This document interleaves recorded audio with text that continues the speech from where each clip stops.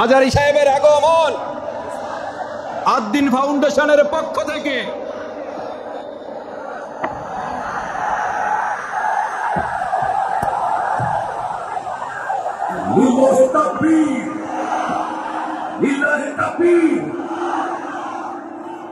মিজান ভাইয়ের আগমন শুভেচ্ছা স্বাগতম। মিজান ভাইয়ের আগমন লিল্লাহি তাকবীর, লিল্লাহি তাকবীর। আপনারা ভালো আছেন সবাই? শীতে কষ্ট হচ্ছে না? মাশাআল্লাহ। 3 দিন ব্যাপী তাফসীরুল কোরআনের প্রোগ্রামের সমাপনী রজনী আজকে। আমি খুব লম্বা সময় নিব না, এটা তোমার বিভাগীয় প্রোগ্রাম, খুলনা বিভাগের প্রোগ্রাম পেয়ে গেছে যশোর। মাশাআল্লাহ, 9টা প্যান্ডেল আছে, এখানে ধাক্কাধাক্কির কোনো মানে হয় না।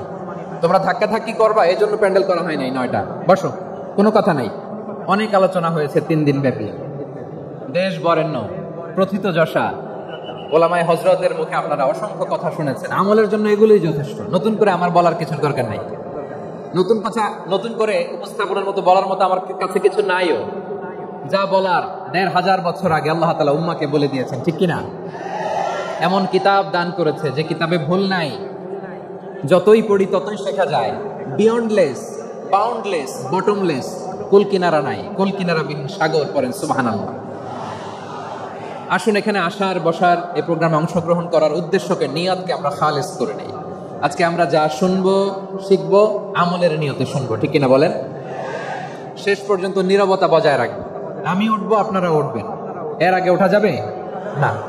স্কেডিউলে একটু চেঞ্জ এসেছে, এশার সালাত হয়নি। আমার আলোচনার পরপরই আজান হবে।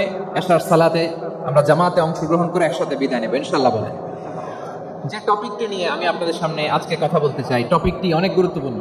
টপিকটি হচ্ছে হিউম্যান রিসোর্স ডেভেলপমেন্ট, মানব সম্পদ উন্নয়ন। কারণ আল্লাহ তাআলা আমাদের যা দেখ আর না দেখ এটা দিচ্ছে। মানুষ আর মানুষ, 18 কোটি মানুষ, ঠিক কিনা? এই 18 কোটির জনসংখ্যার দেশে বসবাস করে আমরা খুশি না বেজার? খুশি হইতে হবে, বেজার হবেন না। জাপানের খবর জানেন? তাদের গ্রোথ রেট নিচের দিকে, উল্টো। জনসংখ্যা নাই, বাচ্চা নিলে, সন্তান নিলে গভর্নমেন্ট তাদের টাকা দেয়। আমাদেরকে আল্লাহ তাআলা দয়া করে মায়া করে এই সম্পদটা দিয়েছেন। এই মানব সম্পদকে যেন আমরা কাজে লাগাই ইনশাআল্লাহ। পড়েন সবাই। হিউম্যান রিসোর্স ডেভেলপমেন্ট অনেক জনগুরুত্বপূর্ণ বিষয়, খুব সেনসিটিভ বিষয়। বুঝতে হবে যশোরের স্মার্ট ছেলেরা, এই যে আমি যাদেরকে দেখতে পাচ্ছি, all are the Gen Z of Jessore. Gen Z, ওরা স্মার্ট, ওরা ইশারা ইঙ্গিতে কাজ করে। এই যে পুরো গদি উল্টায় দিচ্ছে, ঠিক কিনা? 24-এর ছাত্র নাগরিক অভ্যুত্থান আমাদের দেখিয়ে দিচ্ছে কিভাবে চোখের ইশারায় গদি উল্টে দিতে হয়। তো জেনজিদের নিয়ে বসেছি, ওরা তো স্মার্ট, ওরা ডিস্টার্ব করবে না। মেহরবানি করে আমার সাথে কানেক্ট করো, 1 to 1, brain to brain, eye to eye, eye contact করো আমার সাথে। তাকাও, কষ্ট হলো আমার দিকে তাকাও, আওয়াজ করা যাবে না, আমার দিকে তাকাও। প্রিয় ভাইরা, হিউম্যান রিসোর্স ডেভেলপমেন্টের ব্যাপারে কিছু কথা বলবো। এই যে আমাদের বিশাল জনসংখ্যা, এই জনসংখ্যাকে কি করে জনসম্পদে রূপান্তরিত করা যায় এ ব্যাপারে কথা বলবো। আমি সূরাতু বনী ইসরাঈলের 70 নম্বর আয়াত তেলাওয়াত করেছি। এই আয়াতের আলোকে কিছু কথা আমি আপনাদের সামনে বলবো। আল্লাহ তাআলা ইরশাদ করছেন, ওয়ালাকাদ কাররামনা বনী আদম ওয়া হামালনাহুম ফিল বাররি ওয়াল বাহরি ওয়া রাযাকনাহুম মিনাত তাইয়্যিবাত ওয়া ফাদ্দালনাহুম আলা কাসীরিম মিম্মান খালাকনা তাফদীলা। পড়েন আল্লাহু আকবার। রব্বুল আলামিন বলেন, ওয়ালাকাদ কাররামনা বনী আদম, আমি বনী আদমকে সম্মানিত করেছি, বনী আদমকে মর্যাদা দিয়েছি। ওয়া হামালনাহুম ফিল বাররি ওয়াল বাহর, বনী আদমকে জলে স্থলে এবং সমুদ্রে চলাচলের বাহন দিয়েছি। ওয়া রাযাকনাহুম মিনাত তাইয়্যিবাত, তাদেরকে পবিত্র রিজিকের বন্দোবস্ত করেছি। ওয়া ফাদ্দালনাহুম আলা কাসীরিম মিম্মান খালাকনা তাফদীলা, আর আমি আল্লাহ যাদেরকে সৃষ্টি করেছি তাদের মধ্য থেকে বনী আদমকে আমি শ্রেষ্ঠ বানিয়েছি। আমরা শ্রেষ্ঠ, আমরা আশরাফুল মাখলুকাত। আমরা কি? এই যে এমনি চিল্লাচিল্লি করে, জিজ্ঞেস করলে বলে না, আমরা আশরাফুল মাখলুকাত। আমরা কি? শ্রেষ্ঠ, সবার চেয়ে সেরা। আমাদের মতো করে আল্লাহ কাউকে বানায় নাই। দুই পায়ে ভর করে শির দ্বারা এরকম স্ট্যান্ড রেখে মাথা উঁচু করে দাঁড়াতে পারে এরকম কোন প্রাণী পৃথিবীতে আছে? এজন্য আল্লাহ বলেন ওয়ালাকাদ কাররামনা বানি আদম, আমি বনি আদমকে সম্মানিত করেছি, তাদেরকে আমি মর্যাদা দিয়েছি, তাদেরকে আমি যত মর্যাদা দিয়েছি আমার কোন সৃষ্টিকে এত মর্যাদা দেই নাই। পড়েন সুবহানাল্লাহ। I have dignified the status of the sons of Adam. আদমের সব সন্তানের মর্যাদা আমি বাড়িয়েছি। আল্লাহ এখানে বলেননি ওয়ালাকাদ কাররামনাল মুমিনিন, আমি মুমিনের মর্যাদা বাড়িয়েছি, বলেছেন? আল্লাহ এখানে বলেন নাই ওয়ালাকাদ কাররামনাল মুসলিমিন, আমি মুসলিমের মর্যাদা বাড়িয়েছি। আল্লাহ বলেছেন ওয়ালাকাদ কাররামনা বানি আদম, আমি বনি আদমের সম্মান বাড়িয়েছি, হোক সে মুমিন কিংবা কাফের, মুসলিম কিংবা মুশরিক, আস্তিক কিংবা নাস্তিক, আরব কিংবা অনারব, যেই হোক না কেন আদম সন্তান সবগুলার মর্যাদা বাড়ায় দিয়েছে কে? সবার মর্যাদা আল্লাহ বাড়িয়েছে, মানুষ হিসেবে মর্যাদা। বিশ্বনবী সাল্লাল্লাহু আলাইহি ওয়াসাল্লাম ইহুদির লাশ দেখে দাঁড়িয়ে গেলেন। কার লাশ? আমার যশোরের ভাইয়েরা আওয়াজ করে বলুন, কার লাশ? ইহুদির লাশ দেখে দাঁড়ায় গেলেন। সাহাবারা বললেন ইয়া রাসূলুল্লাহ, আপনি দাঁড়ালেন যে এটা তো ইহুদির লাশ। বিশ্বনবী বললেন আওয়ালাইসাত নাফসান, এটা কি মানুষ নয়? এটা হোক ইহুদি হোক খ্রিস্টান, এটা তো মানুষ, আমি মানুষ দেখে দাঁড়িয়েছি। আই স্যালিউট দ্য হিউম্যানিটি, আমি মানবতাকে সম্মান করেছি। পড়েন সুবহানাল্লাহ। তাহলে এই জমিনে মানুষের মর্যাদা বেশি, হোক আস্তিক হোক নাস্তিক হোক মুমিন কিংবা কাফের, আদমের সন্তান হলে মানুষ হলেই তার মর্যাদা বাড়িয়েছে কি? আমার কলিজার টুকরা যশোরের ভাইয়েরা, মানুষের মর্যাদা আল্লাহ এত বাড়িয়েছেন, মানুষ জীবিত থাকলেও যেমনি মর্যাদাবান, মরে গেলেও মর্যাদাবান। সুবহানাল্লাহ পড়েন। মানুষ মরে গেলে এই ডেড বডিটা কি হয়? পচে যায়, গলে যায়, মাটির সাথে মিশে যায়। তাই বলে আপনি ডেড বডির সাথে যাচ্ছে তাই করতে পারবেন না, পারবেন? কেউ যদি অন্যায় করে তাকে যদি আপনি শাস্তির আওতায় আনেন, যা মনে চায় করতে পারবেন না। তারা আগুন দিয়ে পোড়াতে পারবেন না, নাক কাটতে পারবেন না, কান কাটতে পারবেন না, অঙ্গ বিকৃতি করতে পারবেন না, কারণ মানব জাতির মর্যাদা স্বয়ং দিয়েছে কে? ডেড বডি পচে যাবে, গলে যাবে। তারপর ইসলাম বলে না, খবরদার, এই মরা লাশটার একটা মর্যাদা আছে না নাই? ইসলাম বলে এই লাশটা গলে যাবে, পচে যাবে, কিন্তু এটার অমর্যাদা করো না। কর্পূর দিয়ে, খেজুর পাতা দিয়ে, এটাকে ওয়ার্ম ওয়াটার দিয়ে, গরম পানি দিয়ে ধৌত করো, সাদা শুভ্র ধবধবে কাপড় দিয়ে লাশটাকে তুমি কভার করো, তারপরে খাটিয়ার মধ্যে লাশটাকে রেখে বিশাল একটা প্রোগ্রাম করো, একটা ফিউনারাল প্রোগ্রাম করো। ওই প্রোগ্রামের ডানে বায়ে পেছনে লাশটারে রাখলে হবে না, প্রোগ্রামের একেবারে সামনটাতে তুমি লাশটাকে রাখো। সুবহানাল্লাহ। একটা ফিউনারাল প্রোগ্রাম করতে হবে, তাকে শেষ বিদায় জানাতে হবে, যেটাকে আমরা জানাজা বলি। কি বলি? জানাজা মানে মাইয়াতের জন্য দোয়া, তার জন্য দোয়া করা হয়, তাকে একটা সিস্টেমেটিক অর্ডারে কবরে রাখা হয়, সুন্দরভাবে সেটাকে কবরস্থ করা হয়, মাটি দেয়া হয়, পানি দেয়া হয়। তার মানে মরে গেলেও মানুষের সম্মান বাড়িয়ে দিয়েছে কে? এজন্য আল্লাহ বললেন ওয়ালাকাদ কাররামনা বানি আদম, বনি আদমের সম্মান মর্যাদা আমি আল্লাহ বাড়িয়ে দিয়েছি। মানুষের সম্মানে তুমি কখনো আঘাত করো না, ঠিক কি না? তাহলে ভাই, প্রথম মেসেজ হচ্ছে the first and foremost message tonight to the people of Jasur. আল্লাহ বলেন I have dignified the status of son of Adam, আমি বনি আদম সবার মর্যাদা বাড়িয়ে দিয়েছি, হোক আস্তিক নাস্তিক, হোক কাফির কিংবা মুশরিক, তার মর্যাদা বাড়াই দিছে কে? যখন বন্যা হয় আমরা ত্রাণ নিয়ে যাই, আমরা শুধু মুসলমানদেরকে ত্রাণ দেই নাকি? হ্যাঁ, আমরা মুসলমানকেও দেই, অমুসলমানকেও দেই, হিন্দুকেও দেই, বৌদ্ধকেও দেই। যেখানেই মানবতা বিপন্ন সেখানে ইসলামের হেল্পিং হ্যান্ড আছে না নাই? সুবহানাল্লাহ। কি দিন আমরা পেয়েছি, কি বিধান আমরা পেয়েছি। ওয়ালাকাদ কাররামনা বানি আদম, আমি বনি আদমকে সম্মানিত করেছি। এরপর আল্লাহ বললেন ওয়া হামালনাহুম ফিল বাররি ওয়াল বাহর, মানুষকে স্থলে এবং সমুদ্রে চলাচলের বাহন আমি দিয়েছি। স্থলে কিভাবে চলবে, জলে কিভাবে চলবে, এই বাহনের ব্যবস্থা করেছে কে? এই জেনজি, এই সামড়া, ইরাম করতেছো কিসের জন্য? হ্যাঁ, ইরাম করলে চলবি? হ্যাঁ, বস বস বস বস, আওয়াজ করতেছো কেন? দিবা না, কথা বলতে দিবা না আমাকে? এইটা বুঝি তোমাদের ভালোবাসার নমুনা? তোমাদের ভালোবাসার কারণে যদি আমি কোথাও দাঁড়াতেই না পারি, কোথাও বসতে না পারি, কোথাও দুটা কথা বলতে না পারি, এই ভালোবাসা দিয়ে কি হবে আমার? বরং ঘামতে ঘামতে ঘর্মাক্ত হব, রক্তাক্ত হব। কিন্তু সেন্ট্রাল থেকে, সেন্ট্রালি যে ইনস্ট্রাকশন আসবে সেই ইনস্ট্রাকশনের এক চুল আমরা ডানে বায়ে যাব না। এইটা গণজাগরণের জন্য এইটা দরকার, ইসলামী বিপ্লবের জন্য এইটা দরকার। তো আধা ঘন্টা ধরে যদি তোমাদেরকে থামানোই না যায়, এই লস্কর দিয়ে আমি কি করব? আল্লাহর ওয়াস্তে নো নো নো স্লোগান, চুপচাপ একেবারে আমার দিকে তাকাও।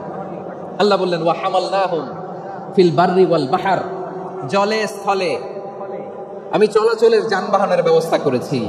আমরা স্থলে ঘোড়ার উপরে চড়ি, ওটের উপরে চড়ি, গাড়ির উপরে চড়ি। এই যে গাড়ির ইঞ্জিন বানাইছি আমরা, এটার মেধা দিয়েছে কে? আবার সাগরের মধ্যে আমরা নৌযান, জলযান, বড় বড় জাহাজ দিয়ে এক মহাদেশ থেকে আরেক মহাদেশ যাই, এক দেশ থেকে মালামাল গুলো আরেক দেশে পাঠাই। সাগরের ভেতরে নৌকাগুলোরে ধরে রাখলো কে? والفلك التي تجري في البحر بما ينفع الناس, মানুষের উপকার আছে এরকম সরঞ্জামাদি নিয়ে সাগরের উপরে বিশাল বিশাল জলযানগুলো চলে। এগুলো ডুবে যায় না, কাত হয়ে যায় না, পড়ে যায় না। এগুলোকে স্থিতিস্থাপকতাকে ঠিক করে রাখলো কে? আপনারা জাহাজ দেখেছেন? জাহাজ, হ্যাঁ, বাড়ি চট্টগ্রাম হলে দেখতে পারতেন, দেখছেন? বিশাল বিশাল জাহাজ, বিশাল জাহাজ মালামাল নিয়ে এক মহাদেশ থেকে আরেক মহাদেশে যায়। গত মাসে আমার জাপান সফর ছিল।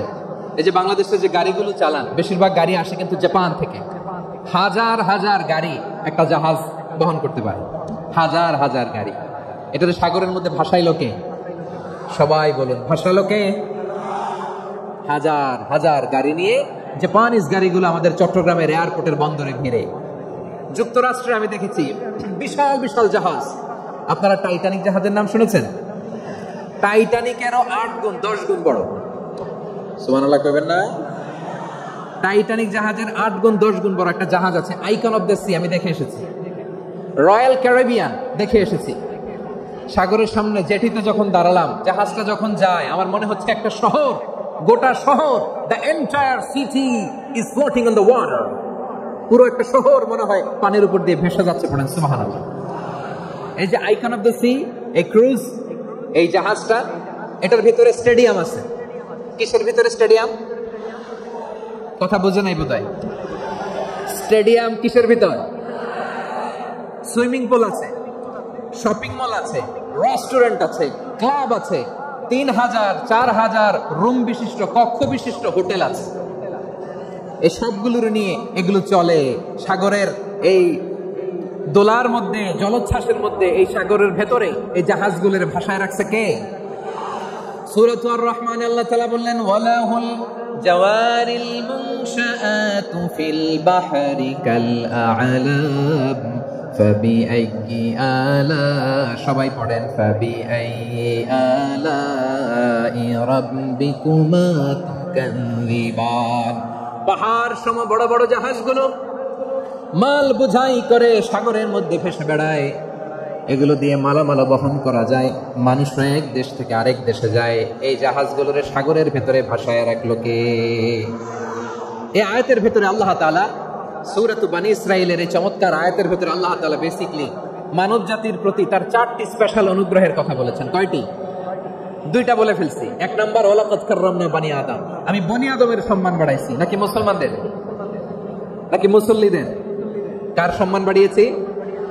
বনী আদমের। তাহলে human dignity, the first part of the verse talks about the human dignity.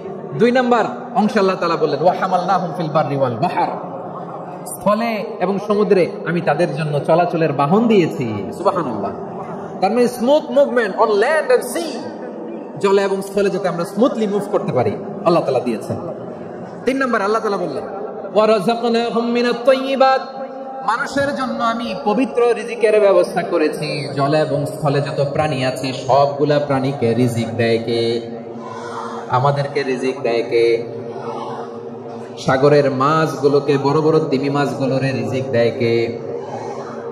বাতাসের মধ্যে ভেসে বেড়ানো বড় বড় পাখিগুলো, স্ক্যান্ডিনেভিয়ান কান্ট্রি থেকে লক্ষ লক্ষ কোটি কোটি পাখিগুলো যে এক দেশ থেকে আরেক দেশে ট্রান্সফার হয়, এগুলো রিজিক দেয় কে? রব্বুল আলামিন বলেন ওয়ামা মিন দাব্বাতিন ফিল আরদি ইল্লা আলাল্লাহি রিজকুহা ওয়া ইয়ালামু মুস্তাকাররাহা ওয়া মুস্তাওদাআহা কুল্লুম ফি কিতাবিম মুবিন। আল্লাহু আকবার। রব্বুল আলামিন বলেন, ভূপৃষ্ঠে বিচরণশীল যত প্রাণী আছে সব প্রাণীগুলোকে আমি আল্লাহ আমার নিজের কুদরতে রিজিকের বন্দোবস্ত করি। এই প্রাণীগুলো কোথায় থাকে, কোথায় যায়, সব জায়গায় আমি রিজিক পৌঁছে দেই। রিজিক কেউ দিতে পারে না, রিজিকের মালিককে। রিজিকের মালিক তিনি আল্লাহ। এজন্য আল্লাহ তাআলা বললেন, ওয়ারাযাকনাহুম মিনাত তাইয়্যিবাত। এরপরে আল্লাহ বললেন, ওয়া ফাদ্দালনাহুম আলা কাসীরিন মিম্মান খালাকনা তাফদীলা।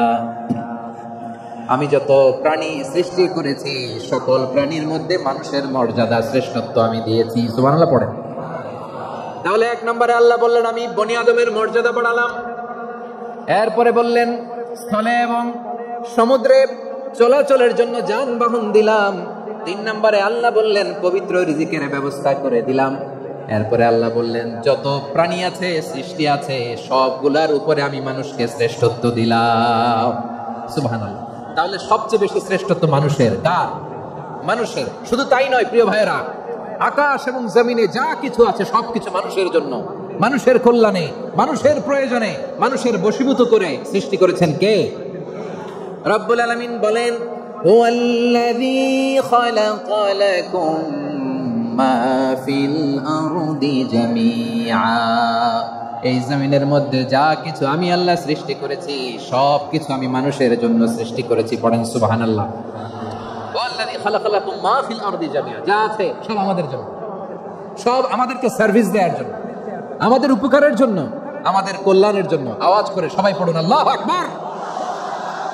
অন্য আয়াতে আল্লাহ বললেন, ওয়াসাখখারা লাকুম মা ফিস সামাওয়াতি ওয়া মা ফিল আরদি জামিআন মিন ইন্না ফি যালিকা লাআয়াতিন লিকাওমি ইয়াতাফাক্কারুন।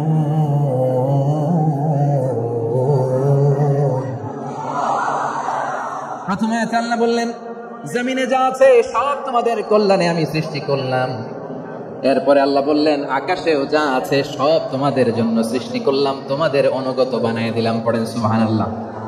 মানুষের কি ব্রেইন দেখেন, মানুষ জমিন ছেড়ে আকাশে চলে যায়। পাখি দেখে মানুষের শখ হলো পাখি যেহেতু উঠতে পারে আমরাও পারবো। অরবিল রাইট, উইলবার রাইট, 2 ভাই মিলে আঁকাঝোঁকা করতে করতে করতে করতে প্লেন বানায় ফেললো। কোন সুবহানাল্লাহ। এখন পাখিও ওরে, আমরাও উড়ি। এরপরেই মানুষের কৌতূহল থামে না এখানে। মানুষ চলে গিয়েছে চাঁদে। কোথায় গেছে? এখন কিন্তু চাঁদে জমি বিক্রি হয় জানেন। পৃথিবী নিয়ে মারামারি শেষ। রাশিয়া আমেরিকা এখন ধরছে চাঁদ আর মঙ্গল গ্রহ। এখন চাঁদে জমি বিক্রি হয়, মঙ্গলে জমি বিক্রি হয়। এই চাঁদ, মঙ্গল, বৃহস্পতি, শনি সব আল্লাহ তাআলা আমাদের জন্য বানিয়েছেন। সুবহানাল্লাহ পড়েন। মানুষ সাগরের উপরে চড়ে, শূন্যে ভেসে বেড়ায়, পাহাড় কেটে সুড়ঙ্গ বানায়, টানেল বানায়। মানুষ ব্রডব্যান্ডের লাইন নিয়ে যায় সাগরের ভেতর দিয়ে, এক দেশ থেকে আরেক দেশে, এক মহাদেশ থেকে আরেক মহাদেশে। সুবহানাল্লাহ পড়েন। তার মানে গোটা বিশ্বের সবকিছুর উপরে control, superiority over all creatures, সবকিছুর উপর কন্ট্রোল, মনিটরিং, নিয়ন্ত্রণ, এটা প্রতিষ্ঠা করে দিয়েছে কে? এজন্যই মানুষের শ্রেষ্ঠত্ব। ওয়ালাকাদ কাররামনা বানি আদম। আমি বনি আদমের সম্মান বাড়িয়েছি, মর্যাদা আমি বাড়িয়ে দিয়েছি এই কারণে, কারণ মানুষ সবকিছুর উপর নিয়ন্ত্রণ নিতে পারে। মানুষকে নিয়ে এই কোরআনের সব আলোচনা, মানুষকে নিয়ে এই কোরআনের সব। তাই কোরআনের কেন্দ্রীয় আলোচ্য বিষয় হচ্ছে মানুষ। কোরআনের কেন্দ্রীয় আলোচ্য বিষয় কি? যশোরের ভাইয়েরা বুঝে থাকলে সবাই বলবেন কোরআনের কেন্দ্রীয় আলোচ্য বিষয় কি? এই যে আমি মূল আলোচনায় যাচ্ছি এখন। কেন মানুষ কোরআনের কেন্দ্রীয় আলোচ্য বিষয়? এই যে ভাইয়েরা, এই যে হাত জোর করে, এই যে Jessore Gen Z, the smart people of Jessore, হাত জোর করে বলতেছে, হাত জোর করে তোদের কাছে আল্লাহর দোহাই লাগে, স্টপ স্টপ। শুরুতে একবার বলেছে জায়গা না হলে আস্তে আস্তে ধাক্কা দিবে, সামনে না পিছনে দিয়ে দিয়ে বের হয়ে চলে যাও। এলইডিতে দেখো, এই যে এই যে আল্লাহর ওয়াস্তে জায়গা না হলে ওইদিকে যাও। কোরআনের মাহফিলে বিশৃঙ্খলা, এটা কাফিরদের আলামত। কাফিররা শীষ দিত, শীষ। বিশ্বনবী কোরআনের তাফসীর করলে কাফিররা শীষ দিত আর ক্ল্যাপিং করত, হুইসেল এন্ড ক্ল্যাপিং। তো আমরা কি এখানে বিশৃঙ্খলা করতে আসছি? তো বারবার থামানো লাগে কেন? কোনো আওয়াজ হবে না, বললাম তো স্টপ। আওয়াজ করে বলুন কোরআনের কেন্দ্রীয় আলোচ্য বিষয় কি? সবাই বলেননি। এতগুলো মানুষ উত্তর দিলে এতটুকু আওয়াজ হয়, অন্তত আমি বিশ্বাস করি না। যশোর, আওয়াজ করে বলো, কোরআনের কেন্দ্রীয় আলোচ্য বিষয় কি? মানুষ। এই মানুষ কোরআনের কেন্দ্রীয় আলোচ্য বিষয়। মানুষকে আল্লাহ স্বাধীনতা দিয়েছেন। ফামান শাআ ফালইউমিন ওয়া মান শাআ ফালইয়াকফুর। চাইলে মুমিন হতে পারো, চাইলে কাফের হতে পারো, তোমার ইচ্ছা। তবে জেনে রাখো, মুমিন হলে পাবা জান্নাত, কাফির হলে পাবা জাহান্নাম। নাও দ্য ডিসিশন ইজ ইয়ার্স। সিদ্ধান্ত তোমার, জান্নাতে যাবা না জাহান্নামে যাবা। যশোরের ভাইয়ের আওয়াজ করে বলুন, কই যেতে চান, জান্নাতে না জাহান্নামে? ডান দিকে না বাম দিকে? ডানপন্থী না বামপন্থী? চিল্লা চিল্লি না চুপচাপ? চুপচাপ করে আবার চিল্লাচিল্লি শুরু করে দিচ্ছে। মাশাআল্লাহ। তাহলে কোরআনের কেন্দ্রীয় আলোচ্য বিষয় মানুষ। আমার সাথে থাকতে হবে, তোমাদেরকে নিয়ে আমি আলোচনা শেষ পর্যন্ত যাব। অনেক গুরুত্বপূর্ণ কথা বাকি আছে, আমাকে সহযোগিতা করতে হবে। মাশাআল্লাহ, এই তো ঠান্ডা হয়েছে। হ্যাঁ, ঠিক আছে ঠিক আছে ঠিক আছে। মানুষকে আল্লাহ এত স্বাধীনতা দিয়েছেন, মানুষ চাইলে অনেক ভালো হইতে পারে। ভালোর রাস্তাও খোলা, খারাপ হওয়ার রাস্তাও খোলা। ভালো হইলে মানুষ অনেক ভালো, খারাপ হইলে অনেক খারাপ। ভালো হইলে সবচেয়ে ভালো, খারাপ হইলে সবচেয়ে খারাপ। এজন্য সিদ্ধান্ত আপনাকে নিতে হবে। আল্লাহ তাআলা বলছেন, লাকাদ খালাকনাল ইনসানা ফি আহসানি তাকওয়িম সুম্মা রাদাদনাহু আসফালা সাফিলিন। আমি মানুষকে অনেক সুন্দর অবয়বে, সুন্দর আকৃতিতে সৃষ্টি করেছি। তার শুধু চেহারার ডিজাইনটাই সুন্দর নয়, তার ব্রেনটা বড্ড সুন্দর, তার মানসিকতা বড্ড সুন্দর, তার সৃজনশীলতা বড্ড সুন্দর। পড়েন সুবহানাল্লাহ। আমাদের চেহারা, অবয়ব, ডিজাইন যে সুন্দর তা না, আমাদের ব্রেনটা অনেক সফিস্টিকেটেড ব্রেন, অনেক সফিস্টিকেটেড। এই 1.5 কেজি ব্রেন ইউজ করে মানুষ গোটা বিশ্বে সভ্যতা বিনির্মাণ করেছে, ঠিক কিনা? এই ব্রেন আল্লাহ তাআলা আমাকে দিয়েছে। এটারে কাজে লাগালে, আপনার 6 সেন্স কাজে লাগালে আপনি অনন্য মানুষ হয়ে উঠবেন, মহামানবে রূপান্তরিত হবেন। মানুষ হতে পারে, চাইলেই মহামানব হতে পারে। আবার যদি মানুষ চায়, খারাপও হতে পারে। আল্লাহ বললেন শুধু ভালোই না, ভালো হতে চাইলে অনেক ভালো তুমি হতে পারো, আবার খারাপ হতে চাইলে অনেক খারাপ তুমি হতে পারো। সুম্মা রাদাদনাহু আসফালা সাফিলিন।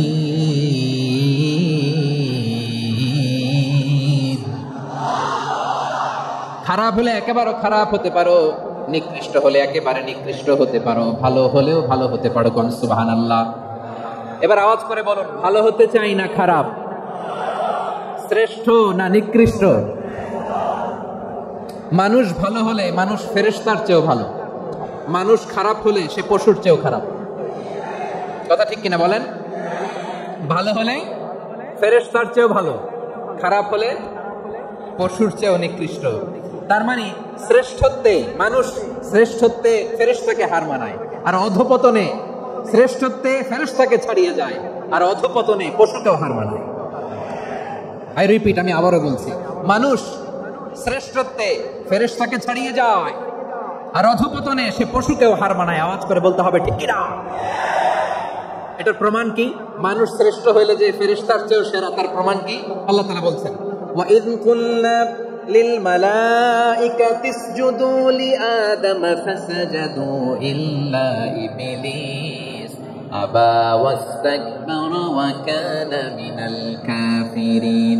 আল্লাহ বলেন, স্মরণ করো সে সময়ের কথা যখন আমি ফেরেশতাদেরকে বললাম, ও ফেরেশতারা আদমকে সিজদা দাও। সব ফেরেশতারা সম্মান সূচক সিজদা আদমকে দিল। তারা আদমের জন্য সিজদায় লুটিয়ে পড়লো, একজন ছাড়া, তার নাম ইবলিস। আওয়াজ করে বলেন, তার নাম কি? সে অহংকার প্রদর্শন করলো, সে কাফের হয়ে গেল। বাকি সব ফেরেশতারা সিজদা দিল। সুবহানাল্লাহ। আবার আদম আলাইহিস সালামকে আল্লাহ জিজ্ঞেস করলেন, সব বলে দিল উত্তর, কিন্তু ফেরেশতাদেরকে একই প্রশ্ন জিজ্ঞেস করলেন, তারা উত্তর করতে পারে নাই। তার মানে এর মধ্য দিয়ে প্রমাণিত হয়, মানুষ ভালো হলে ফেরেশতার চেয়েও ভালো, ফেরেশতার চেয়েও মানুষের মর্যাদা বাড়িয়ে দিয়েছে কে? সব নূরের ফেরেশতা যখন মাটির আদমকে সিজদা দেয়, এটা প্রমাণ করে ফেরেশতার চেয়েও মানুষের মর্যাদা বাড়িয়ে দিয়েছে কে? তুমি মাটির আদমকে প্রথম সৃষ্টি করিয়া ঘোষণা করিয়া দিলে শ্রেষ্ঠ বলিয়া, তাই তো নূরের ফেরেশতা করে আদমকে সিজদা। ঠিক কিনা বলেন? তাই তো নূরের ফেরেশতা করে আদমকে সেজদা, সবার চেয়ে সম্মান দিলে মাটির আদমকে। আল্লাহু আল্লাহু তুমি জাল্লে জালালুহু, শেষ করা তো যায় না গে তোমার গুণগান। পড়েন না, পড়েন। আল্লাহু আল্লাহু তুমি জাল্লে জালালুহু, শেষ করা তো যায় না গে তোমার গুণগান। আল্লাহু আল্লাহু, আল্লাহু আকবার। আদমের মর্যাদা বেশি, মানুষের মর্যাদা বেশি, মানুষ শ্রেষ্ঠ তার প্রমাণ নূরের ফেরেশতা মাটির আদমকে সেজদা করে আওয়াজ করে বলেন ঠিক কি না? তাহলে মানুষ ভালো হলে ফেরেশতার চেয়ে ভালো। আবার মানুষ যদি খারাপ হয় সে পশুর চেয়েও খারাপ, অধপতনে পশুত্বকে হার মানায়।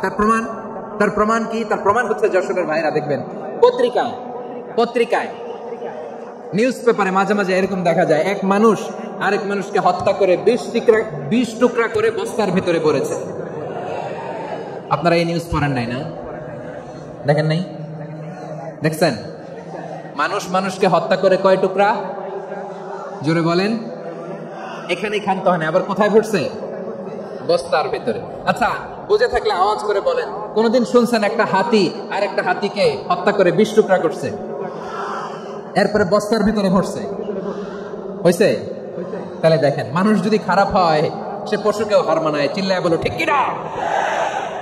এমনও দুশ্চরিত্র মানুষ আছে যার নজর থেকে 6 মাসের ছোট্ট মেয়ে থেকে শুরু করে 80 বছরের বৃদ্ধারাও নিরাপদ নয়। পশুকেও হার মানে। মানুষের ঘর জ্বালিয়ে পুড়ে মেসাকার করে দেয়, জনপদের পর জনপদ জ্বালায় দেয়। এরকম আছে না নাই? বোমা মেরে শহরগুলো উড়িয়ে দেয়। এই যে ইসরায়েল গাজার মধ্যে যে অ্যাটাক করেছে, এরা মসজিদ মানে নাই, মসজিদে বম ফেলেছে। এরা খ্রিস্টানদের চার্চ গির্জা মানে নাই, গির্জায় বম ফেলেছে। পৃথিবীর ইতিহাসে never happened in the history of the world that someone bombed on a hospital, on a ICU center. এমন হাসপাতাল যেখানে আইসিইউ রোগীরা আছে, ওই হাসপাতালের উপরও ইসরায়েলি সৈনিকেরা বোমা মেরেছে। জোরে বলেন ঠিক কিনা? এরা মানুষ? আওয়াজ করে বলেন, এরা মানুষ না। প্রিয় ভাইয়েরা, চোখ কান নাক মুখ থাকলেই মানুষ না। যা সামনে দেখেন এগুলো সব মানুষ না, এগুলো জনসংখ্যা। এগুলো কি? সবাই বলুন, এগুলো কি? বাড়ছে জনসংখ্যা, কমছে মানুষ। বাড়ছে জনসংখ্যা, কমছে। এই দুনিয়া এখন তো সেই দুনিয়া নাই, মানুষ নামের মানুষ আছে, দুনিয়া বোঝাই। সেই মানুষের ভিড়ে আমার আসল মানুষ না। ঠিক কিনা? আসল মানুষের বড্ড অভাব, আসল মানুষের বড্ড অভাব। আমার ভাইয়েরা, মানুষ খারাপ হলে পশুকেও হার মানায়। আচ্ছা, আওয়াজ করে বলেন, এই যশোরের ছেলেরা এদিক তাকাও, আওয়াজ করে বলেন, যে ইসরায়েলি সোলজাররা উপর থেকে বোমা মারল, তারাও মানুষ? তারাও কি? ওরাও রক্তে মাংসে মানুষ, ওদেরও পরিবার আছে। বোমা মেরে যেই মেয়েটাকে তারা অনাথ বানায়, ইয়াতিম বানায়, ও কিন্তু বাসায় ওর মেয়েটাকে রেখে আসছে। ঠিক কিনা বলেন? বম্বিং করে যে বাবাকে মেরে, স্বামীকে মেরে স্ত্রীকে বিধবা বানায়, তারও ঘরে স্ত্রী আছে। উপর থেকে বোম মেরে মানুষ মেরে দিচ্ছে, তারাও মানুষ। 1945 সালের 6 আগস্ট আমেরিকান সোলজাররা হিরোশিমায় বম মেরেছে। আমি নিজে দেখে এসেছি জাপানের হিরোশিমাতে। সকাল 8:15 মানুষ কেউ অফিসে যাচ্ছিল, কেউ খেতে খামারে কাজ করতে যাচ্ছিল। লিটল বয় নামে একটা বোম মেরেছে তারা। এই বোমের আঘাতে, পারমাণবিক এই বোমার রেডিয়েশনে আঘাতে, বোম ব্লাস্ট হওয়ার পরে মুহূর্তের মধ্যে 1,40,000 নাই। উপর থেকে যারা মারতেছে এরাও মানুষ, যাদেরকে মারলো তারাও। তার মানে মানুষে মানুষে পার্থক্য আছে। মানুষে মানুষে পার্থক্য আছে। নাক কান চোখ মুখ থাকলেই মানুষ নয়। বাড়ছে জনসংখ্যা, কমছে মানুষ। চিল্লায় বলো ঠিক কিনা? তাহলে আমরা বুঝলাম, মানুষ ভালো হলে অনেক ভালো, খারাপ হলে অনেক খারাপ। ও আমার কলিজার টুকরা যশোরের ভাইয়েরা, আসন্ন 3 দিন ব্যাপী এই তাফসীরুল কোরআনের ঐতিহাসিক প্রোগ্রাম থেকে আমরা সিদ্ধান্ত নেই, আমরা ভালো মানুষ হব নাকি খারাপ মানুষ হব। কলিজা থেকে, প্রাণ থেকে আওয়াজ করে সবাই বলুন, ভালো মানুষ নাকি খারাপ মানুষ? ভালো মানুষ হইতাম। ভালো মানুষ যারা জগৎটাকে এনলাইটেন করবে, যারা সত্যের বীর সেনানী হয়ে দাঁড়াবে, যারা সত্যের পক্ষে কথা বলবে, যারা জালিমের মসনদকে ভেঙে খান খান করে দেবে। এরকম হওয়ার দরকার আছে না নাই? এরকম ভালো মানুষ আমরা হতে চাই কি চাই না? মানুষকে যত্ন নিলে মানুষ যে কত ভালো হয় আপনি কল্পনাও করতে পারবেন না। এই যে আপনাদের যশোরে যে ভালো ছেলেগুলো আছে, যে ভালো তরুণগুলো আছে, যে যুবকগুলো আছে, যে ভালো আলেমরা আছে, ভালো নেতারা আছে, সবাই যদি তাদের মতো হতো পুরো যশোরটা একটা জান্নাতের টুকরা হয়ে যেত। আওয়াজ করে বলেন ঠিক কিনা? মানুষকে নার্চারিং করলে, মানুষকে পলিশ করলে, মানুষকে গ্রুমিং করলে, মানুষকে সঠিক তারবিয়া দিলে মানুষ অনন্য হয়ে ওঠে। প্রতিটি মানুষ অনন্য। আমি অনন্য, আপনি অনন্য, আমরা সবাই অনন্য। সুবহানাল্লাহ বলেন। মানুষকে আল্লাহ তাআলা দিয়েছেন অসীম ক্ষমতা, অসীম ক্ষমতা। সুবহানাল্লাহ। একটা মানুষ পারে না এমন কিছু নাই, একটা মানুষ পারে না এমন কিছু নাই। বিশ্বাস করতে হবে, মানুষ যা কল্পনা করতে পারে ওইটা মানুষ করে দেখাতে পারে। যশোরের ভাইয়ের, আই রিপিট, আমি আবারও বলছি, এই চিল্লাচিল্লি করলে আমার এই গুরুত্বপূর্ণ কথা তোমরা মিস করবা। আমরা যখন আমার পিতার পৃষ্ঠদেশে ছিলাম, পিতার পৃষ্ঠদেশ থেকে শুক্রাণু যখন মায়ের গর্ভদেশে যেয়ে পড়ে, কতটা শুক্রাণু ভ্রমণ শুরু করে জানো? 20 কোটি শুক্রাণু। একবার সিমেন্ট আউট হলে সেখানে 20 কোটি শুক্রাণু থাকে, ভ্রমণ শুরু করে। ওই 20 কোটি শুক্রাণুর মধ্যে থেকে তুমি আমি আজকে এক বিকশিত শুক্রাণু মানব রূপে পৃথিবীতে এসেছে। সুবহানাল্লাহ। ওই 20 কোটি শুক্রাণুর প্রতিযোগিতায় সবাইরে পেছনে ফেলে সেদিন আমি সফল হয়েছিলাম, সেদিন আমি বিজয়ী হয়েছিলাম। সেদিন আমি এত ছোট ছিলাম, মাইক্রোস্কোপ দিয়েও আমার অস্তিত্ব টের পাওয়া যায় না। আমি এত তুচ্ছ ছিলাম, নগণ্য ছিলাম। আমার কান ছিল না, আমার চোখ ছিল না, আমার হাত ছিল না, আমার জন্য রিকমেন্ডেশন করার মতো মামু ছিল না, খালা ছিল না, কেউ ছিল না। তারপরেও ওই প্রতিযোগিতায়, ওই কম্পিটিশনে যখন আমারে কেউ হারাতে পারে নাই, আল্লাহর জমিনেও আমারে কেউ হারাতে পারে না। হারার জন্য তোমার জন্মই হয় নাই, তুমি আসছো জিতার জন্য। সুবহানাল্লাহ। বিশ্বনবী বলেন, আন-নাসু মাআদিন কামাআদিনি যাহাবি ওয়াল ফিদ্দা খিয়ারুহুম ফিল জাহিলিয়াতি খিয়ারুহুম ফিল ইসলাম। Peoples are like mines of gold and silver. সোনার খনি, রূপার খনি, এর চেয়ে বড় খনি হচ্ছে এই মানব সম্পদের খনি। আওয়াজ করে বলেন আল্লাহু আকবার। আল্লাহ তাআলা এই সম্পদ আমাদেরকে দিয়েছে। বিশ্বনবী বলেন, মানুষ হচ্ছে খনির মতো। খিয়ারুহুম ফিল জাহিলিয়াতি খিয়ারুহুম ফিল ইসলাম। জাহেলি যুগে যারা সেরা, ইসলামেও তারা সেরা। ইদা ফাকুহু, যদি তারা বুঝবান হয় তাহলে তাদেরকে সেরা বানিয়ে দিবে কে? তাহলে মানুষের চেয়ে সেরা কেউ হতে পারে? মানুষের চেয়ে অনন্য কেউ হতে পারে? মানুষকে কেউ হারাতে পারে? আওয়াজ করে বলো, তোমাকে কেউ হারাতে পারবে? এই সাহস জাগছে আজকের আলোচনা থেকে। আমি তুমি অনন্য, আমাকে তোমাকে হারায় দেওয়া এত সহজ না, ঠিক কিনা? একটা কথা জীবনের সাথে সেট করে নিতে হবে, আমি জিতি নয় শিখি, আমি কখনো হারি না। জীবনের সাথে সেট করে নাও, জেনজি অফ যশোর, আমি কখনো হারি না, আমি হয় জিতি নয় শিখি। চিল্লায় বলো ঠিক কিনা? আমি কখনো হারি না, আমার হারানো এত সোজা না। কি সাহস জাগছে? বুকে সাহস জাগছে? তাকবীর পড়ো, লিল্লাহি তাকবীর। তাহলে বিশ্বনবী বলেন, নাসু মাআদিন, মানুষ হচ্ছে খনি। এই ধাক্কা ধাক্কি, আমি জানি এগুলো ভালোবাসার ধাক্কা ধাক্কি, এজন্য আমি সহ্য করে নেই। এগুলো যে ভালোবাসার ধাক্কা ধাক্কি এটা আমরা বুঝি। পৃথিবীর কোন আইন, সিকিউরিটি প্রটোকল দিয়ে এটারে মানানো যাবে না, কারণ এটা তো ভালোবাসা। লাভ, লাভ কোন আইন কানুন দিয়ে বাঁধা যায় না, মানানো যায় না, ঠিক কিনা বলো?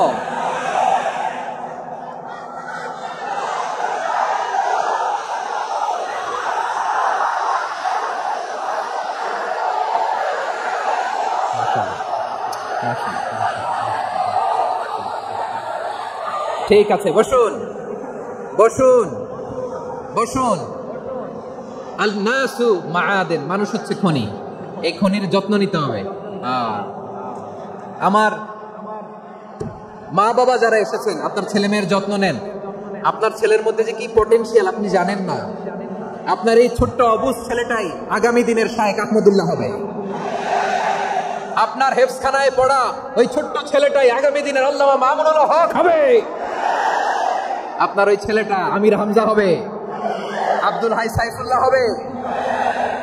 এভাবে বড় বড় আলেম হবে, তারা যুগশ্রেষ্ঠ আলেম হবে। সেই একদিন এই বাংলাদেশের পার্লামেন্টে যে বক্তব্য দিয়ে যশোরের পক্ষে কথা বলবে।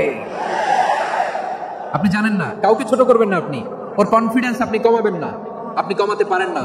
প্যান্ডেলে আমার যে মা বোনেরা আছেন, ছেলে মেয়েদেরকে কখনো ছোট করে কথা বলবেন না। ও যে কোথায় যাবে আপনি জানেন না, আপনি মা হয়ে তাকে সাহস দিবেন, তার কল্পনার জগৎটাকে সাজাতে তাকে উৎসাহিত করবেন, ঠিক কিনা বলেন? আর আমার প্যান্ডেলের আমার প্রিয় শ্রদ্ধাশীলা মায়েরা বোনেরা, আপনারা তো আরো দামি সম্পদ। বিশ্বনবী বলেন, আর দুনিয়া কুল্লুহা মাতা। আল্লাহ আল্লাহ আল্লাহ, বিশ্বনবীর কথার ওজন দেখেন। আর দুনিয়া কুল্লুহা মাতা ওয়া খায়রু মাতা'আদ দুনিয়াল মারআতুস সালিহা। বিশ্বনবী বলেন, দুনিয়া যা দেখো সব আল্লাহর দেওয়া অ্যাসেট, মানে সম্পদ। আর এত অ্যাসেটের ভিড়ে সবচেয়ে শ্রেষ্ঠ সম্পদ হচ্ছে নেককার নারী। সুবহানাল্লাহ। ভাইয়েরা, বোনের সাথে খারাপ আচরণ করো না, সন্তান মায়ের সাথে খারাপ আচরণ করো না। আমাদের মায়েরা আমাদের asset, they are our priceless asset. কারণ এই মায়েদের পেটে এসেছে আল্লাহর ওলিরা, এই মায়েদের পেটে এসেছে খান জাহান আলী, এই মায়ের পেটে এসেছে শাহজালাল ইয়ামানি, এই মায়ের পেটে এসেছে আল্লাহর সব নবীরা। নাকি নবীরা আকাশ থেকে ধপ করে জমিনে নেমে আসছে? মায়ের পেটে আসছে। এই মায়ের পেটগুলো খনি। আমার সম্মানিতা মায়েরা বোনেরা, নিজেকে ইসলাম দিয়ে সাজান, নিজেকে ইসলাম দিয়ে সাজান,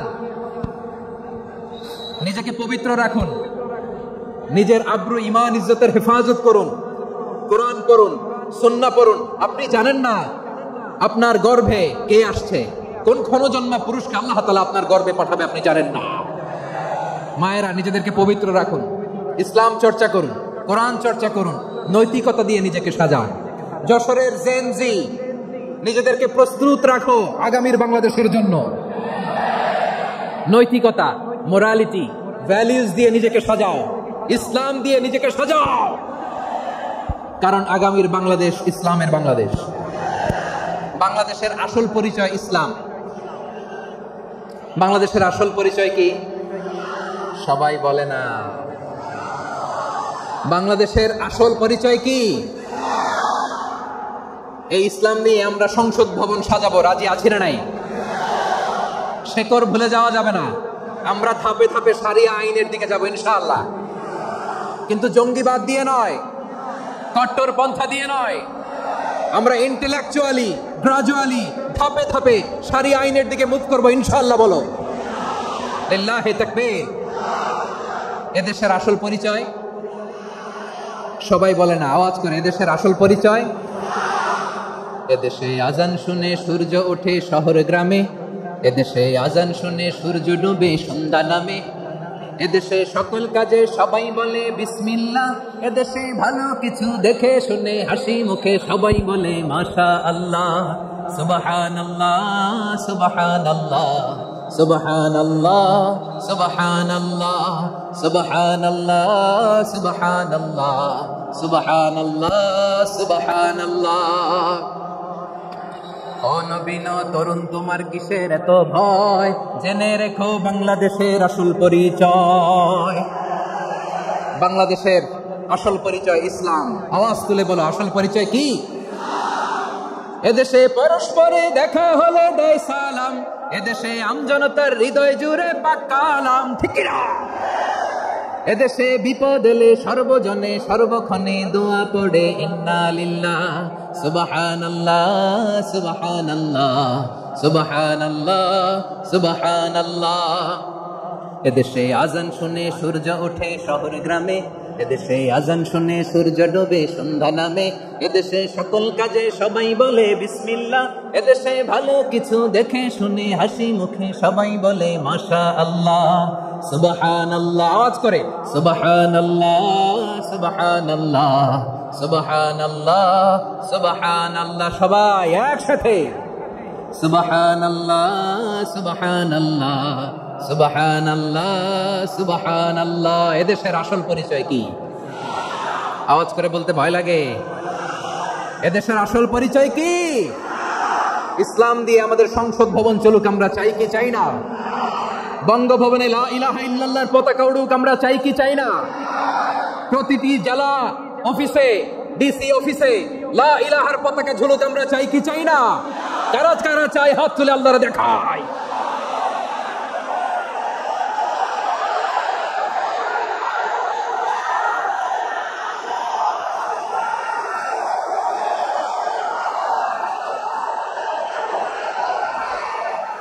মাশাআল্লাহ মাশাআল্লাহ মাশাআল্লাহ মাশাআল্লাহ।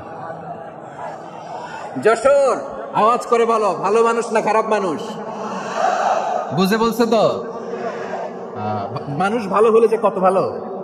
এই মানুষকে যত্ন নিলে, মানুষকে মানুষ বানালে যে সে কি হতে পারে শুনবা? নাকি মোনাজাত দিয়ে দিব? শুনবা? তাহলে থামতে হবে। থামো, আমি যখন বলবো থামো থামো, তাকবীরের সময় দিলে তাকবীর, থামো থামো। মানুষকে যত্ন নিলে, এদিকে এদিকে ড্রোন নামায় ফেলো। হয়েছে, ড্রোনের ফুটেজ হয়ে গেছে, এবার ড্রোন নামায় ফেলো। আমার দিকে তাকাও। মানুষকে, তোমরা এদিক সেদিক তাকালে তো গুরুত্বপূর্ণ পয়েন্ট মিস হয়ে যাবে। এদিকে এদিকে, হ্যাঁ ঠিক আছে।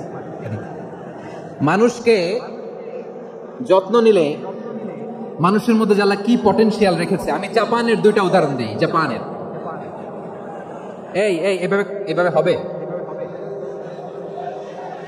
হয় বসো নয় পেছনে, কথা নেই, কথা তো বলাই যাবে না, হারাম কথা বলা আছে, একেবারে চুপ। আজকের জন্য হারাম করে দিছে আমি, কিছু সময়ের জন্য একেবারে নিষিদ্ধ। জাপানের দুইটা উদাহরণ দেই, খেয়াল করে একটু শুনেন, বুঝবেন। আল্লাহ, 2022 সালে জাপানের সাথে জার্মানির খেলা, ফিফা ওয়ার্ল্ড কাপ 2022। এক পক্ষে জাপান, আরেক পক্ষে কোন দেশ? কথা শুনে নাই। এক পক্ষে কোন দেশ, আরেক পক্ষে সবাই। এক পক্ষে আরেক পক্ষে। ওই খেলায় জিতেছিল জাপান, জিতেছিল 22 সালের ফিফা ওয়ার্ল্ড কাপে জাপান ফুটবল খেলা জিতে। As a part of that celebration, তারা খেলার পরে পুরো স্টেডিয়ামটারে ক্লিন করে। The fan base of Japan, lakh lakh মানুষ খেলা দেখতে যায়, তো এত ডাস্টবিনও তো নাই। তো যারা ডাস্টবিনে জায়গা পায় নাই, তারা এই যে চকলেটের প্যাকেট, পানির বোতল, চিপসের প্যাকেট তারা এদিকে সেদিকে রেখে দিয়েছে। জাপানের ভক্তরা, জাপানের ফলোয়াররা, as a part of that celebration, তারা খেলার পরে পুরো স্টেডিয়ামের সব ময়লা আবর্জনা ক্লিন করে তারপরে বিদায় নিয়েছে। তাদেরকে কি ক্লিন করার দায়িত্ব দেওয়া হয়েছিল? এই যশোর, জাপানের যে ছেলেরা খেলা দেখতে গেছিল, ওদেরকে কি ক্লিন করার দায়িত্ব দিছিল? তারা কি স্টেডিয়ামের পরিচ্ছন্নতা কর্মী? তাদের আকল, তাদের সিক্স সেন্স তাদেরকে বলেছে। ছোটবেলা থেকে জাপান গভর্নমেন্ট ওদেরকে এত পরিচ্ছন্নতা শেখায়, ক্লিনলিনেস অ্যাওয়ারনেস ক্যাম্পেইন করায়। ক্লাসে আমি দেখেছি, ক্লাসে নিজের বেঞ্চ নিজে মুছে, ক্লাসের মাঝখানে একটা সময় দেয়, নিজের টেবিল নিজে মুছে, নিজের ক্লাসরুমটা নিজে পরিষ্কার করে। রাস্তাঘাটে একটা ধুলা নাই, ময়লা নাই, একটা টিস্যু নাই। খেলার পরে গোটা বিশ্বকে তাক লাগিয়ে দিয়েছে। জাপানের ফ্যানরা সবার রেখে যাওয়া গার্বেজ, টিস্যু, বোতল পরিষ্কার করে তারপরে স্টেডিয়াম থেকে বিদায় নিয়েছে। আমরা কেন এমন হইতে পারলাম না? আমরা কেন এমন হইতে পারলাম না? জাপানের যারা এগুলো করছে, ওদের 3টা করে চোখ না? চোখ তো 3টা, জাপানা লাগো, জাপানা লাগো, হাত তো 4টা, কান তো 6টা। হ্যাঁ, নাকি আমার মতো 2 হাত 2 কানালা মানুষ? চোখে দেখলে ওটা মানুষ না। চিন্তা করছেন? তার মানে জাপানিজদেরকে যে গ্রুমিং করে শিখানোর মাধ্যমে পরিচ্ছন্ন বানানো গেছে। ওরা যেমনি মানুষ, আমরাও মানুষ। আমাদের সন্তানদেরকে শেখালে তারাও পারবে, পারবে কিনা? 2 নম্বর উদাহরণ বলি। চট্টগ্রাম ফেনীতে যারা গিয়েছেন, মেঘনা গোমতী ব্রিজ প্রকল্প নাম শুনছেন? মেঘনা একটা ব্রিজ পার হওয়া লাগে। এই মেঘনা গোমতী, এখানে 3টা ব্রিজ, কাজপুর সহ, এই 3টা ব্রিজের নির্মাণ কাজ, রেনোভেশনের কাজ দেওয়া হয়েছিল জাপানের একটা কোম্পানিকে। কাকে? জাপানের কোম্পানি। নির্মাণ শেষে 738 কোটি টাকা বেঁচে গেছিল, এটা গভর্নমেন্টের হাতে দিয়ে তারা বিদায় নিয়েছে। কত টাকা? 738 কোটি টাকা। যত প্রাক্কলিত ব্যয় নির্ধারণ করা হয়েছে, সব টাকা সরকার, তৎকালীন সরকার, 2019-এর সরকার, কারা ছিল তো জানেন? এই 2019-এর সরকার তাদেরকে দিয়েছে। তারা রিনোভেশন নির্মাণ শেষে 738 কোটি টাকা অতিরিক্ত বেঁচে গেছিল, এটা আবার গভর্নমেন্টের হাতে বুঝাই দিয়ে তারা বিদায় নিচ্ছে। আমরা কেন এমন হইতে পারলাম না? জাপানের ওরাও মানুষ, আমরাও মানুষ। তার মানে মানুষে মানুষে পার্থক্য আছে না নাই? আচ্ছা, জাপানের 2টা উদাহরণ দিলাম, এবার আমার দেশের 2টা উদাহরণ দিব না? বাংলাদেশের 2টা উদাহরণ দিই। 1 নম্বর উদাহরণ, গত সপ্তাহে আপনারা জানেন কক্সবাজার আমার একটা প্রোগ্রাম ছিল, তো হেলিকপ্টারে গিয়েছিলাম। ফেনী জেলা যখন পার হচ্ছি আমি দেখলাম 3টা উইন্ড মিল ছিলেন তো, বিশাল পিলার, 3টা-4টা পাখা থাকে, বায়ু বিদ্যুৎ কেন্দ্র, বাংলাদেশের প্রথম বায়ু বিদ্যুৎ কেন্দ্র এটা, মুহুরী প্রজেক্ট বলে এটা সম্ভবত, মুহুরী প্রজেক্ট। তো সাগরের বাতাসের ঝাপটায় এটা ঘুরে এনার্জি হয়, ইলেকট্রিসিটি উৎপাদন হয়। তো আমি পাইলটকে বললাম, ভাই এগুলো থেকে কেমন ইলেকট্রিসিটি উৎপাদন হয়? হুজুর একটুও হয় না, কিছুই হয় না। কিছুই হয় না মানে? বলে হুজুর বাংলাদেশে যত উইন্ড মিল আছে এটার পাখা একটাও ঘুরে না। আল্লাহ, বলেন কি? তাহলে যে কোটি কোটি টাকা ব্যয় করে যে উইন্ড মিল, হুজুর ভিতরে ফিটফাট, উপরে ফিটফাট, ভিতরে সদরঘাট। তার মানে কোটি কোটি টাকা দিয়ে এই উইন্ড মিল বানায়, এখানে কিছু নাই, দুর্নীতির আড্ডাখানা, আখড়াখানা বাংলাদেশ, ঠিক কিনা বলেন? হায় রে, জাপানিজরাও মানুষ, আমরাও মানুষ। আমার এক নিকটাত্মীয় সরকারি চাকরি নেবে, উনি আমাকে বললেন, বাংলাদেশের আর একটা উদাহরণ দেখ, উনি আমাকে বললেন যে প্রতি বছর আমাদের অফিসের ফার্নিচার চেঞ্জ করে। আমি বললাম প্রতি বছর ফার্নিচার চেঞ্জ করে কেন? বলে যে ফার্নিচার নতুন পারচেজ করলেই তো এখানে টাকা, নতুন কিনতে পারলেই টাকা, নতুন উন্নয়নের সবক শোনাতে পারলেই টাকা। প্রথম আলোর রিপোর্ট, কি আলো? প্রথম আলোর রিপোর্ট, গত 15 বছরে উন্নয়নের নামে লুটপাট হয়েছে প্রায় 3.25 লাখ কোটি টাকা। কার রিপোর্ট? আমাদের বানানো কথা, প্রথম আলোর রিপোর্ট। গত 15 বছরে কারা ছিল জানেন তো? হ্যাঁ, শুধু ওনাদেরকেই দোষ দিয়ে লাভ নাই। স্বাধীনতার পর থেকে শুধু শাসকের হাত বদল হয়েছে, আমরা কিছু পাই নাই, ঠিক কিনা বলেন? শুধু ওনাদের দোষ দিয়ে কি লাভ? একদল খাইছে, আরেক দল খাওয়ার জন্য রেডি হয়ে আছে। আমরা এরকম চাই না। আমরা চাই স্বাধীন সার্বভৌম বাংলাদেশ, আমরা চাই দুর্নীতিমুক্ত বাংলাদেশ। আমি নিউজটা যে কতবার পড়লাম, এটা কি সম্ভব? 3.25 লাখ কোটি টাকা লুটপাট, মানে লুটপাট করতে করতে এদেশের জনগণকে ফুটপাতে বসাই দিচ্ছে। প্রিয় ভাইয়েরা, জাপানের মানুষও মানুষ, আমরাও মানুষ। সিদ্ধান্ত আপনার, কোন মানুষ হবেন, ভালো মানুষ না খারাপ মানুষ? আজকের আলোচনার বিষয় হচ্ছে মানব সম্পদের উন্নয়ন, human resource development. It's a process to increase the capacity of knowledge, skill, capacity of the people of a country. একটা দেশের মানুষের জ্ঞান, তাদের দক্ষতা কি করে বাড়ানো যায়, বাড়িয়ে দেশের উন্নয়ন করানো যায়, এটাই হচ্ছে মানব সম্পদ উন্নয়নের মূল কথা। তাহলে মানব সম্পদ হচ্ছে একটা দেশের সবচাইতে শক্তিশালী পুঁজি। প্রাকৃতিক সম্পদ, খনিজ সম্পদের চেয়েও দামি হচ্ছে মানব সম্পদ। আমার প্রিয় যশোর, প্রাকৃতিক সম্পদ, খনিজ সম্পদের চেয়ে দামি সম্পদ কি সম্পদ? আল্লাহ তাআলা দয়া করে আমাদেরকে এই মানব সম্পদ দিয়েছেন। আসুন আমাদের এই মানুষগুলোকে আমরা সোনার মানুষ বানাই। রাজি আছেন তো সবাই? রাজি আছেন? মানুষ পারে না এমন কোনো কিছু নাই, চাইলে সব পারে। এজন্য মানুষকে তারবিয়া দিতে হবে, যথাযথভাবে তাদেরকে গড়তে হবে। আসুন আমরা সিরাতের আয়নায় বিশ্বনবীর জীবনী থেকে দেখি তিনি কিভাবে হিউম্যান রিসোর্সকে ম্যানেজ করতেন। যদি আপনাদের সময় হয়, দু একটা উদাহরণ দিয়ে আজকে আমি আমার আলোচনার বিদায় নিব। হবে সময় হবে কয়েক মিনিট? হ্যাঁ, শান্ত থাকবেন তো? শান্ত থাকবা? হ্যাঁ, ঠিক আছে। এই ধাক্কার মধ্যে ঢুকছে, এবার মজা বুঝতেছো তো? আমি মানা করছিলাম না? ঠিক আছে, টের পাও। হ্যাঁ, ঠিক আছে। যে আওয়াজ করবে আমি ওকে দেখতেছি, কে কে আওয়াজ করে দেখতেছি। শেষ কথা, শেষের দিকে চলে আসছি। বিষ্ণু ইসলাম কিভাবে হিউম্যান রিসোর্সকে ম্যানেজ করতেন, মজার কথা আছে কয়েকটা, বলে বিদায় নিব।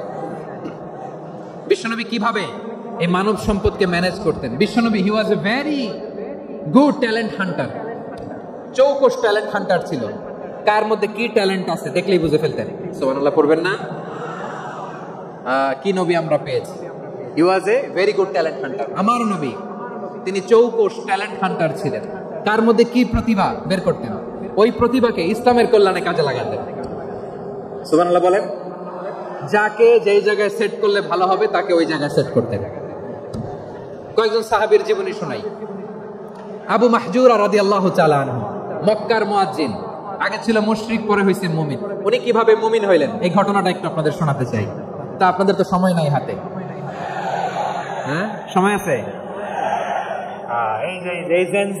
এই জেনজি শেষ করে দিল আজকের প্রোগ্রামটা। 1 ঘন্টা ধাক্কা ধাক্কি করে কেমনে দাঁড়ায় আছে আমি বুঝলাম না।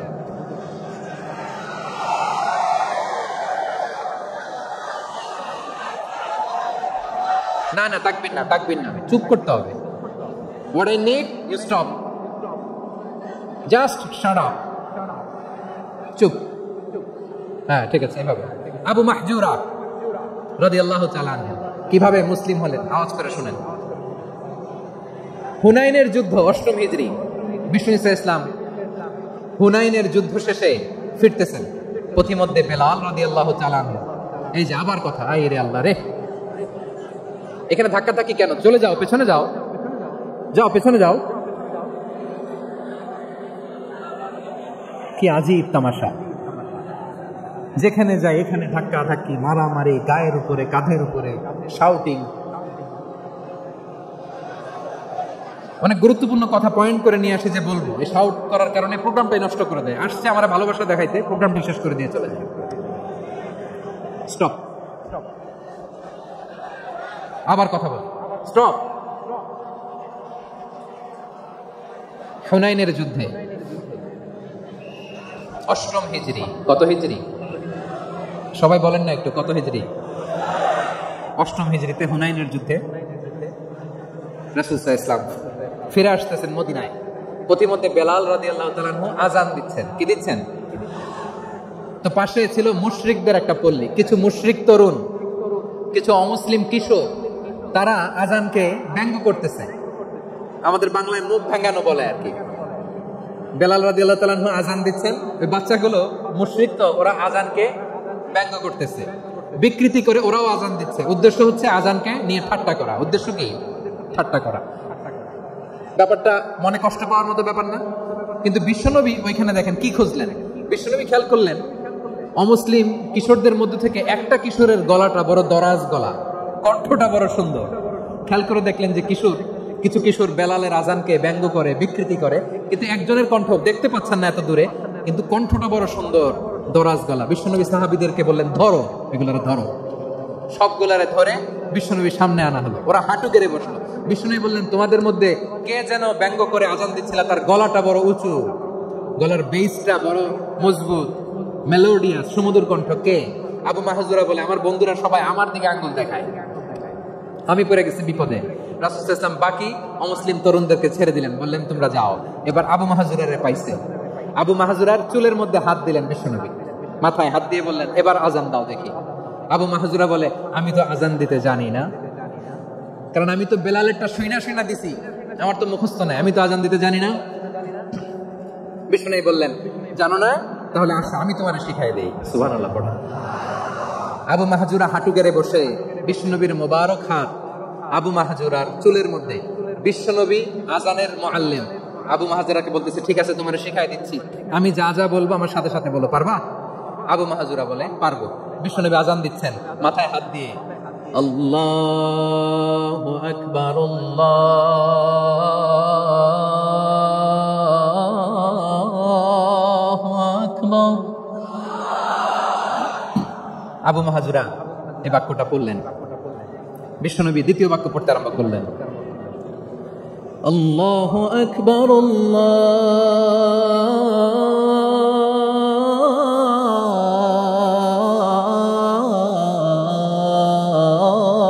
আল্লাহু আকবার। আবু মাহজুরা এই বাক্যটা বললেন। বিশ্বনবী আবু মাহজুরার মাথার মধ্যে হাত দিয়ে তৃতীয় বাক্য বললেন, আশহাদু আল্লা ইলাহা ইল্লাল্লাহ,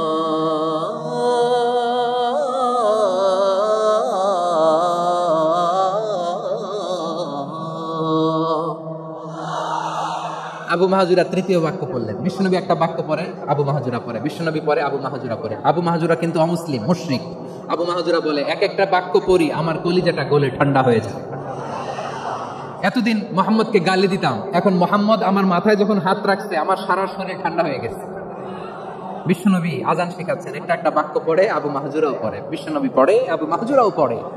পুরো বাক্যগুলো যখন শেষ, আযান শেষ, আবু মাহজুরাও যখন পুরো আযান পড়লেন, আবু মাহজুরা বললেন, এতদিন মোহাম্মদের চেহারা দেখলে আমার ঘৃণা লাগতো, আজ থেকে মোহাম্মদের চেহারার চেয়ে প্রিয় চেহারা আমার কাছে নাই। আবু মাহজুরা বললেন, ও মুহাম্মদ, আযানের বাক্য তো আপনি আমারে শেখালেন, এখানেই শেষ করবেন না, আপনি আমারে পড়ায় দেন লা ইলাহা ইল্লাল্লাহু মুহাম্মাদুর রাসূলুল্লাহ সাল্লাল্লাহু আলাইহি ওয়াসাল্লাম। বিশ্বনবীর সাথে দাঁড়িয়ে উনি শাহাদা পড়ে মুসলমান হয়ে গেলেন। এবার আবু মাহজুরা বলে, ইয়া রাসূলুল্লাহ, ইয়া হাবিবাল্লাহ, আমি মুমিন হয়েছি, মুসলমান হয়েছি, আপনার কাছ থেকে আজান শিখার সৌভাগ্য আমি লাভ করেছি নবী। আমার কণ্ঠের বড় তারিফ করেছেন, আপনি আমার আজানকে আপনি পছন্দ করেছেন। একটা জিনিস আপনার কাছে চাই, আপনি আমাকে মক্কার মসজিদুল হারামের মুয়াজ্জিন হিসেবে অ্যাপয়েন্ট করে দেন। বিষ্ণু ইসলাম বললেন, যাও আবু মাহজুরা, আমি তোমাকে পৃথিবীর শ্রেষ্ঠতম মসজিদ মক্কার মসজিদুল হারামের মুয়াজ্জিন হিসেবে অ্যাপয়েন্ট করে দিলাম। দেখছেন কিভাবে ট্যালেন্ট হান্টিং করতে হয়, কিভাবে হিউম্যান রিসোর্স মানব সম্পদকে ব্যবহার করতে হয়। আসছিল আজানকে ভেঙাইতে, আসছিল কেন? আজানকে ব্যঙ্গ করার জন্য, বিকৃত করার জন্য। আজানকে বিকৃত করতে যে ইসলামের সবচেয়ে শ্রেষ্ঠ মসজিদের মুয়াজ্জিন হয়ে গেল। পড়েন সুবহানাল্লাহ। হযরত আবু মাহজুরা রাদিয়াল্লাহু তাআলা আনহু ওনার এই সুললিত কণ্ঠ ব্যবহার করে মসজিদুল হারামে এত সুন্দর করে আল্লাহু আকবার বলে আজান দিতেন। মানুষগুলোর, মুসল্লিগুলোর, মক্কাবাসীর হৃদয়কে তিনি বিগলিত করে দিতেন। মানুষের হৃদয়কে ঠান্ডা হয়ে যেত। শুধু এখানেই শেষ না আমার যশোরের ভাইয়েরা, বিশ্বনবী যখন সাইয়েদনা আবু মাহজুরা রাদিয়াল্লাহু তাআলা আনহুকে আজান শিখাচ্ছিলেন, বলেন তো বিশ্বনবীর হাতটা কোথায় ছিল? আবু মাহজুরার মাথার সামনে, এই চুলের উপরে ছিল। আবু মাহজুরা ওই স্মৃতিটাকে ধারণ করবার জন্য, ওই স্মৃতিকে বহন করার জন্য বিশ্বনবীর মোবারক হাত আবু মাহজুরার কপালের চুলের যেই জায়গায় লেগেছে, মৃত্যুর আগের দিন পর্যন্ত আবু মাহজুরা মাথার ওই চুলে কোনোদিন ছুরি আর কামার লাগায় না, সেখানে কেচি লাগায় নাই, চুলের মধ্যে খুর লাগায় নাই। আবু মাহজুরা ডান দিকের চুল কাটতো, বাম দিকের চুল কাটতো, পেছনের চুল কাটতো, সামনের চুল কাটতো না। আবু মাহজুরা রাদিয়াল্লাহু তাআলা আনহুর সামনের চুলগুলো বড় হতে হতে যখন এত বড় হয়ে যায়, তিনি চুলগুলো পেঁচিয়ে মাথার মধ্যে রাখতেন। তারপরে তিনি পাগড়ি পরতেন। সবাই জিজ্ঞেস করতো, আবু মাহজুরা, এটা আবার কেমন স্টাইল? দেখতে তোমার কি বিদঘুটে লাগে? কেমন অড লাগে? কেমন খারাপ দেখা যায়? মক্কায় এমন কোন মানুষ তো দেখি নাই, ডানে চুল কাটে, বায়ে চুল কাটে, পেছনে চুল কাটে, সামনে কাটে না। ওরে আবু মাহজুরা, কেমন দেখা যায় তোমারে? তুমি সামনের চুল কাটো না কেন? আবু মাহজুরা বলে, আমি হাঁটু গেড়ে পেয়ারা নবীর সামনে বসেছিলাম, আমার এই মাথার চুলের মধ্যে মোবারক হাত লাগিয়ে বিশ্বনবী নিজে আমাকে আজানের প্রতিটা বাক্য শিক্ষা দিয়েছেন। বিশ্বনবীর মোবারক হাত, পবিত্র হাত আমার মাথার চুলের যে জায়গায় লেগেছে, আমি চাই ওই চুলগুলা নিয়ে আমি আমার কবরের ভিতরে যাব। সাইয়েদনা আবু মাহজুরা রাদিয়াল্লাহু তাআলা আনহু ইন্তেকালের আগের পর্যন্ত মাথার সামনে চুলগুলা কাটে নাই। মাথার সামনের চুল তিনি কাটেন নাই। সুবহানাল্লাহ বিহামদি। কেমন ভালোবাসতেন বিশ্বনবী সাহাবীদেরকে, সাহাবারা কেমন ভালোবাসতেন বিশ্বনবীকে।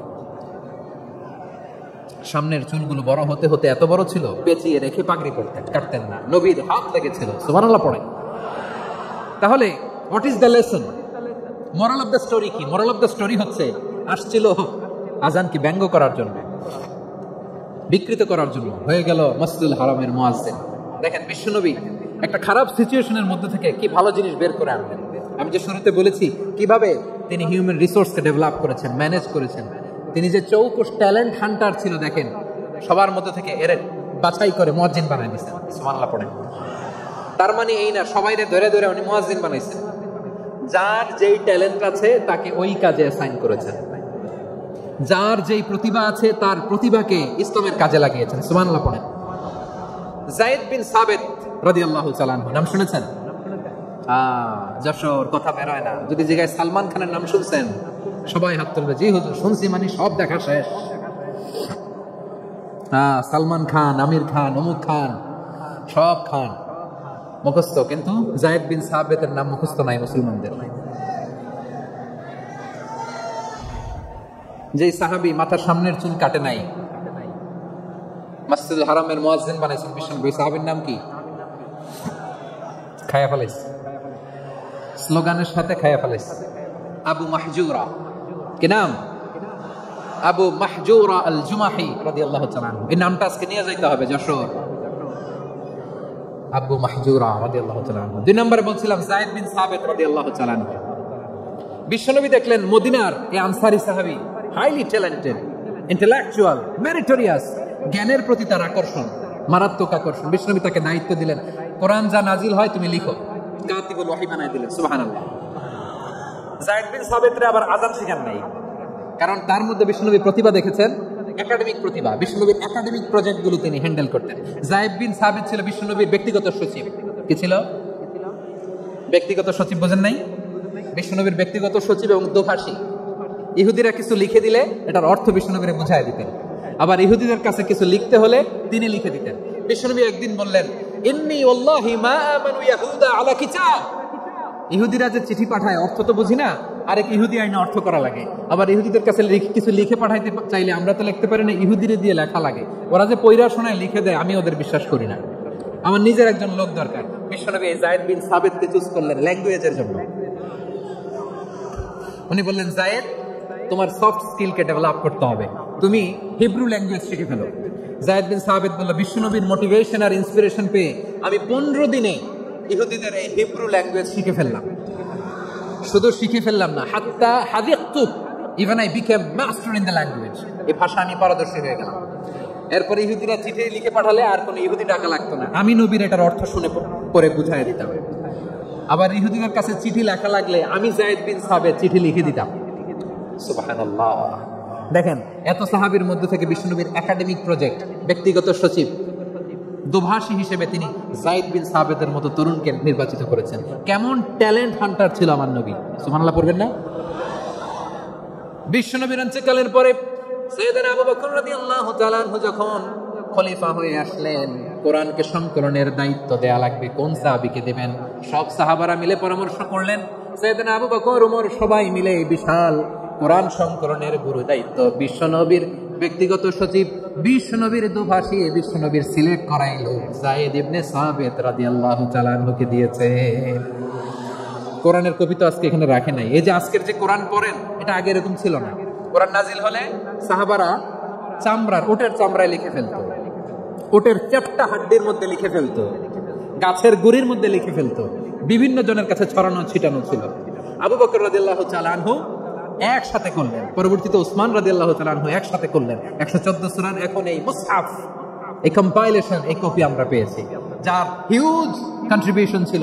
এই পুরো কোরআন কম্পাইলেশনের প্রজেক্ট ম্যানেজার ছিল যায়েদ বিন সাবিত রাদিয়াল্লাহু তাআলা আনহু। কোরআন কম্পাইলেশনের প্রজেক্ট ম্যানেজার। দেখেন, উনারে মাথায় হাত দিয়ে আযান শিখায় নাই। সুবহানাল্লাহ কইবেন না?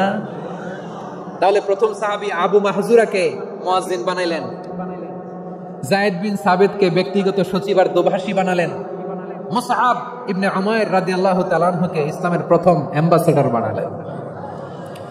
তাহলে তৃতীয় নাম্বার একজন সাহাবীর নাম বলছি, মুসআব ইবনে উমাইর। মুসআব কি নাম? নামটা কেমন লাগে? এই কয়েকজনের ভাল লাগে, বাকিদের ভাল লাগে না? ভাল লাগে? এই এই আর কয়েকটা মিনিট দেওয়া যাবে না আমাকে আল্লাহর রাস্তে? হ্যাঁ, ঠিক আছে। আমি তোমাদেরকে ভালোবাসা দেখাবো, দোয়া করবো যদি চুপ থাকো, একেবারে চুপ, কষ্ট সহ্য করো। বাকিরা যে সওয়াব পাবে তোমরা ডবল পাবা, যেহেতু কষ্ট বেশি, কিন্তু চুপ। 3 নম্বর সাহাবীর নাম মুসআব। এই ধাক্কাধাক্কি কেন? ধাক্কাধাক্কি কেন রে ভাই? না না না, এরকম হইলে আসবো না যশোর, আমি আর আসবো না। হয় পিছনে চলে যাও, নাহলে চুপ, ধাক্কাধাক্কি নাই। 3 নম্বর সাহাবীর নাম মুসআব। কি নাম? He was the first ambassador in Islam. ইসলামের প্রথম ডিপ্লোম্যাট, প্রথম কূটনৈতিক, ইসলামের প্রথম কূটনৈতিক, ইসলামের প্রথম ডিপ্লোম্যাট, প্রথম অ্যাম্বাসেডর মুসআব ইবনে উমাইর। মক্কার তরুণ যুবক, উনি পারফিউম লাগাইলে মানুষ দেখলেই বুঝতো এটা মুসআব লাগাইছে। এমন ড্যাশিং ফেসের ছিল, এমন স্মার্ট ড্যাশিং ফেস, এমন পার্সোনালিটির মানুষ ছিল মুসআব রাদিয়াল্লাহু তাআলা। কারণ যিনি ইসলামের স্পোকম্যান হবেন, মুখপাত্র হবেন, তার স্মার্ট হওয়ার দরকার আছে না নাই? আকাবার প্রথম শপথ যখন হলো, তাদের সাথে বিশ্বনবী সাল্লাল্লাহু আলাইহি ওয়াসাল্লাম মদিনাতে একজন মুখপাত্র পাঠালেন, ডিপ্লোম্যাটকে পাঠালেন, অ্যাম্বাসেডর অফ ইসলাম। তিনি হচ্ছেন মুসআব ইবনে উমাইর। পড়েন সুবহানাল্লাহ। বিশ্বনবী দেখলেন সে অনেক স্মার্ট, তার ডেডিকেশন আছে, সিনসিয়ারিটি আছে, এবং মদিনায় যে আউস খাজরাজ গোত্রের নেতাদের সাথে ডিল করতে হবে, ইহুদিদের সাথে ডিল করতে হবে, ওখানে একজন পাক্কা জানু খেলোয়াড়ের দরকার আছে না নাই? মুসআব ইবনে উমাইর রাদিয়াল্লাহু তাআলা আনহু ওনাকে বিষ্ণু সাল্লাল্লাহু আলাইহি ওয়াসাল্লাম চুজ করলেন। এবং বিষ্ণু সাল্লাল্লাহু আলাইহি ওয়াসাল্লামের এই চুজিংটা, এই সিলেকশনটা এত সুন্দর ছিল, তিনি মদিনাতে যে বিশ্বনবী আসার আগেই মদিনার জমিনকে তিনি উর্বর করে ফেলছেন। প্রতিটা ঘরে ঘরে কালিমার দাওয়াত তিনি পৌঁছায় দিচ্ছেন। জুমার বিধান নাজিল হয়েছে, কিন্তু মক্কায় পরিবেশ নাই জুমা পালনের। বিষ্ণু সাল্লাল্লাহু আলাইহি ওয়াসাল্লাম একজনকে দিয়ে খবর পাঠালেন, যাও মদিনায় মুসাবকে যে বলো, মুসাব তো আমার শিক্ষক, আমার স্পোকম্যান, মদিনাতে যেন তারা জুমা কায়েম করে। বিশ্বনবীর আগেই মুসআব মদিনার মুসলিমদেরকে নিয়ে মদিনায় প্রথম জুমা কায়েম করে ফেলছে। সুবহানাল্লাহ। ডিপ্লোম্যাটদের কেমন হইতে হয়, অ্যাম্বাসাডার কেমন হইতে হয়, মুসআব রাদিয়াল্লাহু তাআলা আনহুর কাছ থেকে শিখে নাও। মুসআব নামটা কেমন লাগে? যশোর যাদের সন্তান হবে, ছেলে সন্তান, আমার রাস্তায় পাইলে সবাই জিজ্ঞেস করে, হুজুর একটা নাম দেন, আমার ছেলে হবে। যশোরবাসীর জন্য আমি একটা নাম দিয়ে দিলাম, নাম রাখতে হবে মুসআব। কি নাম? নামটা যাদের ভাল লাগে, ছেলে সন্তান অনাগত আসবে, মনে চাইলে নাম রেখে দিবেন মুসআব রাদিয়াল্লাহু তাআলা আনহুর নামে মুসআব। তাহলে মুসআব রাদিয়াল্লাহু তাআলা আনহুকে বিশ্বনবী ল্যাঙ্গুয়েজ শিখান নাই, সফট স্কিল শিখান নাই। যায়েদ রাদিয়াল্লাহু তিনি হিব্রু ল্যাঙ্গুয়েজ শিখেছেন, সুরিয়ানি শিখেছেন, কিন্তু মুসআবকে তিনি বানিয়েছেন the spokesman of Islam, the first diplomat, the ambassador of Islam. সুবহানাল্লাহ পড়বেন না? আব্দুল্লাহ ইবনে আব্বাস রাদিয়াল্লাহু তাআলা আনহু বিশ্বনবীর কাজিন, চাচাতো ভাই। আবার মাইমুনা রাদিয়াল্লাহু তাআলা আনহু, মাইমুনা নবীর স্ত্রী, তিনি ছিলেন আব্দুল্লাহর আপন খালা। তো নবীর বউ যদি ওনার খালা হয়, নবী তার কি? বুঝে নাই, নবী তার কি? খালু। তাহলে সম্পর্ক অনেক গভীর, কাজিন আবার খালু। ছোট্ট মানুষ, তাই রাতে মাঝে মাঝে ঘরে থাকতো। বিশ্বনবী দেখলেন আব্দুল্লাহ যেহেতু আমার ঘরে ঢুকতে পারে, আব্দুল্লাহরে এই উম্মতের বড় শিক্ষাবিদ বানাইতে হবে। কথা বুঝে নাই? আব্দুল্লাহকে কি বানাইতে হবে? শিক্ষাবিদ, এডুকেটর অফ দিস উম্মাহ, এই উম্মার শিক্ষাবিদ বানাইতে হবে। তাই আব্দুল্লাহ ইবনে আব্বাসকে বিশ্বনবী হাতে কলমে শিক্ষা দিয়েছেন। আহারে, আর এরপরে যে কি ভাষা আসবে তোমাদের জন্য আমার মুখ থেকে আমি নিজেও জানি না। 1 ঘন্টা যাবত ধাক্কা ধাক্কি মারামারি। তো আসতে বলছে কে তোমাকে? পেছনে চলে যাও, জায়গা না পেলে। পুরো প্রোগ্রামটাই নষ্ট করে দেবে। জি, আমার দিকে তাকান, আমি শেষ করে দিচ্ছি। হবে না, ইন্টেলেকচুয়াল আলোচনা এখানে হবে না, আমি বুঝতে পারছি, আমি শেষ করে দিচ্ছি। আব্দুল্লাহ ইবনে আব্বাস রাদিয়াল্লাহু তাআলা আনহু, মনোযোগ দিয়ে কয়েকটা মিনিট শুনেন, আমি এখনই শেষ করে দিচ্ছি। এরপর আওয়াজ করবে, এই যে এগুলো কি আমি বুঝলাম না। আমি বললাম না সব করা যাবে, বসে যাও, শুয়ে যাও, চলে যাও, আওয়াজ করা যাবে না। অন্যকে বসো এটা বলার দরকার নেই, জাস্ট এদিকে তাকাও। আল্লাহ। আব্দুল্লাহ ইবনে আব্বাস রাদিয়াল্লাহু তাআলা আনহু, ওনাকে বিশ্বনবী হাতে কলমে শিক্ষা দিয়েছেন, যেহেতু উম্মতের শিক্ষাবিদ হবেন, এডুকেটর হবেন। তো বিশ্বনবী রাতে যখন তাহাজ্জুদ পড়তেন, ছোট্ট আব্দুল্লাহ ঘরে থাকতো। বুঝতে পেরেছেন? ছোট্ট মানুষ তো ঘরে থাকতো। তো বিশ্বনবী তাহাজ্জুদের জন্য একবার দাঁড়িয়েছেন, ছোট্ট আব্দুল্লাহ ওযু করে দাঁড়াইছে। আচ্ছা বলেন তো, ইমাম আর মুসল্লি মোট যদি 2 জন হয়, একজন ইমাম একজন মুসল্লি, তো মুসল্লি ইমামের কোন দিকে দাঁড়াবে? ডানে দাঁড়াবে। ছোট্ট আব্দুল্লাহ বুঝে নাই, বিশ্বনবী তাহাজ্জুদ শুরু করেছেন, উনি ইক্তেদা করছেন আর দাঁড়াইছেন বায়ে। কোথায় দাঁড়িয়েছেন? আব্দুল্লাহ বলেন, যখন আমি বায়ে দাঁড়ালাম, আখাযা রাসূলুল্লাহ সাল্লাল্লাহু আলাইহি ওয়াসাল্লাম উযুনি আল ইউমনা ইয়াফতিলুহা, বিশ্বনবী নামাজরত অবস্থায় আমার কান ধরে টেনে আমার ডান দিকে এনে দাঁড় করায় দিলেন। পড়েন সুবহানাল্লাহ। দেখেন, হাতে কলমে শিক্ষা। আর জীবনে ভুলাবে? কথা কয় না, আর ভুলাবে? আর ভুল হবে না। এভাবে বিশ্বনবীর অনেক সঙ্গ পেয়েছেন, সফর করেছেন, একই বাহনে বসেছেন, এক বাহনে বসে লম্বা নসিহত করেছেন, বলেছেন, ইয়া গোলাম ইহফাদিল্লাহ ইয়াহফাজকা, ইহফাদিল্লাহ তাজিদহু তুজাহাক, ইযা সাআলতা ফাসআলিল্লাহ ওয়া ইযা ইসতাআনতা ফাসতাইন বিল্লাহ। আল্লাহর বিধান মানো, আল্লাহর বিধান রক্ষা করো, আল্লাহ তোমায় রক্ষা করবে। আব্দুল্লাহ, চাইতে হলে আল্লাহর কাছে চাও, সাহায্য চাইতে হলে আল্লাহর কাছে সাহায্য চাও। মনে রাখো, গোটা বিশ্বের সবাই যদি তোমার সাহায্য করতে চায়, ততটুকুই করতে পারবে যতটুকু আল্লাহ তোমার নসিবে রেখেছে। গোটা বিশ্ব যদি তোমার বিরুদ্ধে ষড়যন্ত্রে দাঁড়িয়ে যায়, ক্ষতি ততটুকু করতে পারবে যতটুকু তোমার জন্য বরাদ্দ আছে, এর বাইরে কিছু করতে পারবে না। আওয়াজ করে বলেন ঠিক কিনা? এভাবে হাতে কলমে শিখিয়েছেন, বিশ্বনবীর সঙ্গ পেয়েছেন। উনাকে বিষ্ণু ইসলাম শিক্ষাবিদ, এডুকেটর অফ দিস উম্মাহ হিসেবে সিলেক্ট করেছেন, হাতে কলমে শিখিয়েছেন। বিশ্বনবী একবার প্রকৃতির ডাকে সাড়া দিয়ে এসেছেন। এখন কি করতে হবে? নামাজের জন্য ওযু করতে হবে। বিশ্বনবী এসেই দেখেন ওযুর বদনায় পানি ভরা, খুশি হয়ে গেলেন। বললেন, কে রেখেছে পানি? একজন বলল, আব্দুল্লাহ রেখেছে। বিশ্বনবী অত্যন্ত খুশি হলেন। খুশি হয়ে একটা দোয়া করলেন, বললেন, আল্লাহুম্মা ফাক্কিহু ফিদ্দীন ওয়া আল্লিমহু তা'ওয়ীল। আল্লাহ, তুমি আব্দুল্লাহকে দ্বীনের বুঝ দিও আর কোরআনের তাফসীর শিক্ষা দিও। বিশ্বনবীর এই দোয়া এমন লাগছে, উনি রাইসুল মুফাসসিরিন, এই পৃথিবীতে যত মুফাসসির ছিল, যত মুফাসসির আসবে, সকল মুফাসসিরের সম্রাট হিসেবে স্বীকৃত হয়েছেন আব্দুল্লাহ ইবনে আব্বাস। বিশ্বনবী ওনারে আজান শিখান নাই, বিশ্বনবী ওনারে ল্যাঙ্গুয়েজ শিখান নাই, বিশ্বনবী ওনারে অ্যাম্বাসাডর বানান নাই, হাতে কলমে শিক্ষা দিয়েছেন। ছোট্ট মানুষ, বিশ্বনবী ইন্তেকাল করলেন। আবু বকরের সময় গেল, ওমরে ফারুকের খেলাফত, তখনও তিনি তরুণ। ওমরে ফারুক রাদিয়াল্লাহু তাআলা আনহু ওনার ক্যাবিনেট মিনিস্ট্রির বৈঠকে এই আব্দুল্লাহ ইবনে আব্বাসকে পাশ দিয়ে বসায় রাখতেন। বয়স্ক সাহাবারা এটা পছন্দ করতো না। তারা বলতো, ঘটনা কি? আব্দুল্লাহর মতো ছেলে নাতি আমাদের আছে, এরা কেন রাখে ওমরে ফারুক? ওমরে ফারুক এটা টের পেলেন। তিনি বুঝতে পারলেন যে ক্যাবিনেট মেম্বাররা এটা পছন্দ করে না, ছোট্ট আব্দুল্লাহরে কেন রাখি, কেন যে রাখি, এটা একদিন বোঝাবো। একদিন মিটিং এ তিনি সবাইকে বললেন, ইদা জাআ নাসরুল্লাহি ওয়াল ফাতহ। এই আয়াত দ্বারা উদ্দেশ্য কি বলেন তো মুরব্বী সাহাবীরা? এক সাহাবী বলেন, এই সূরা দ্বারা উদ্দেশ্য, আল্লাহ বলেছেন আমাদেরকে বিভিন্ন ল্যান্ড, বিভিন্ন এলাকা বিজয় করতে হবে। ওমরে ফারুক বললেন, না, হয়নি। আরেকজন বললেন, বিজয় হওয়ার পর আমাদের বেশি বেশি আল্লাহর বরত্বের ঘোষণা দিতে হবে, এটা উদ্দেশ্য। ওমরে ফারুক বললেন, না, হয় নাই। যারা জিজ্ঞেস করেন কেউ পারে না। সব শেষে বিশ্বনবী ছোট্ট আব্দুল্লাহরে বলেন, আব্দুল্লাহ, ইদা জাআ নাসরুল্লাহি ওয়াল ফাতহ, এর দ্বারা উদ্দেশ্য কি বলো তো?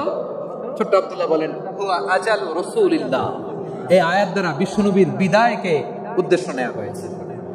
ওমরে ফারুক বলেন, হাযা হুয়া, এটাই তো সঠিক উত্তর, এটাই সঠিক তাফসীর এই আয়াতের।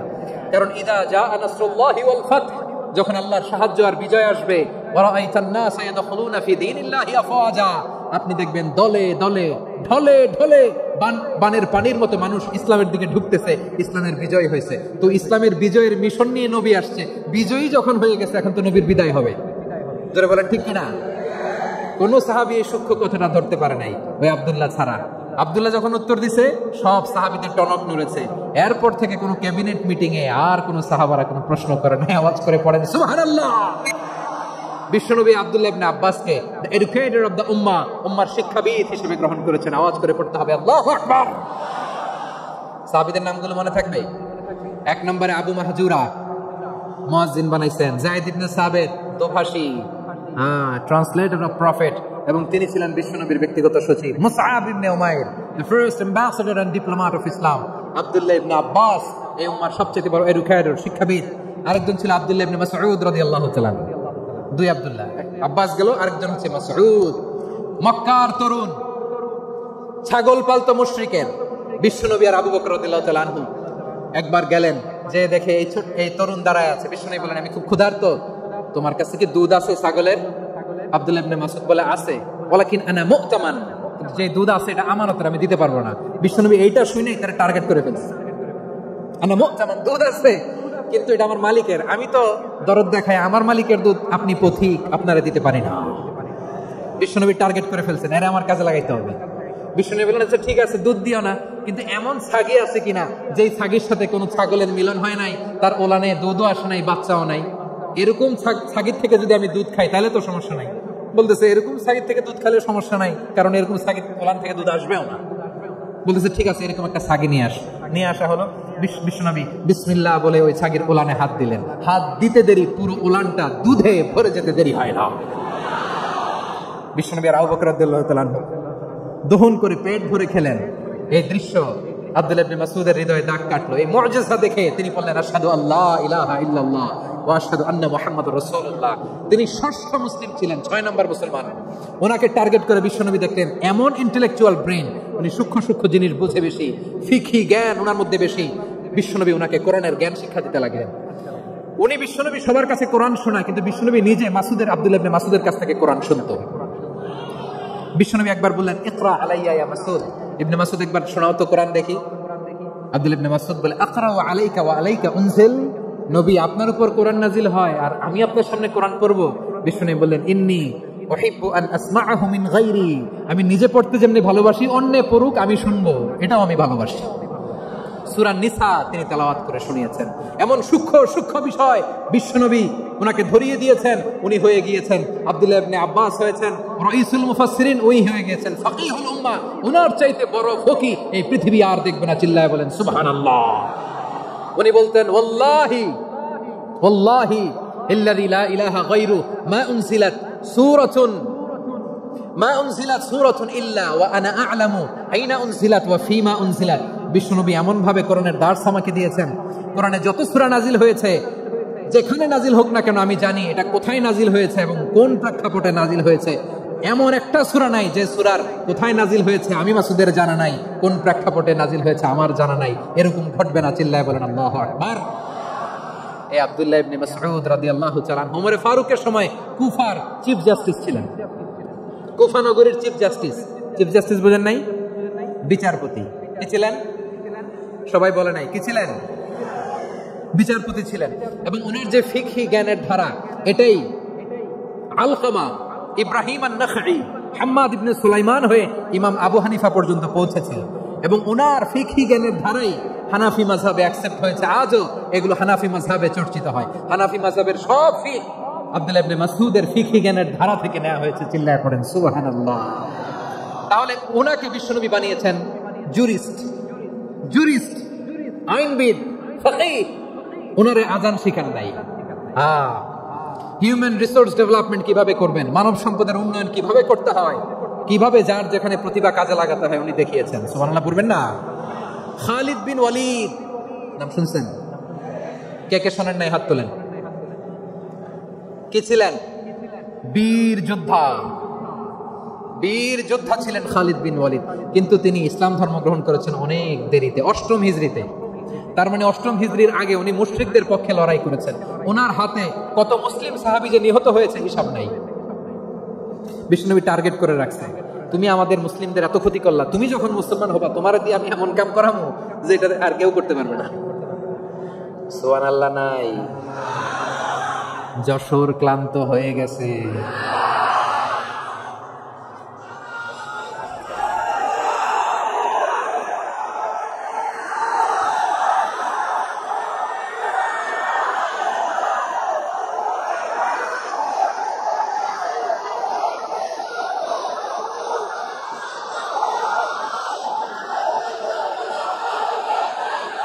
মাশাআল্লাহ,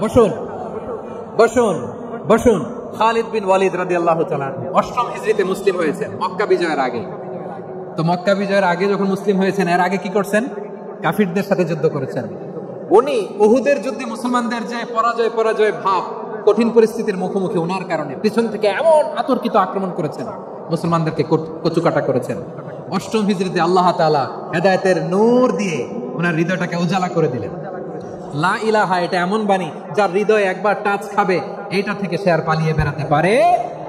ঝিনুকের ভেতর লুকিয়ে থাকে যে মনমতি, ঝিনুকের ভেতর লুকিয়ে থাকে যে মনমতি, কলমা শাহাদাতে আছে আল্লাহর জ্যোতি, কলমা শাহাদাতে আছে আল্লাহর জ্যোতি। ঠিক কিনা বলেন? মক্কা বিজয়ের আগে মুসলিম হলেন, হওয়ার পরেই বিশ্বনবীর টার্গেট ফুলফিল হলো। ওই যে টার্গেট করে রেখেছেন আর দোয়া করেছেন, খালিদ বিন ওয়ালিদ যদি মুসলিম হয় তাকে আমি মিলিটারি চিফ বানাবো।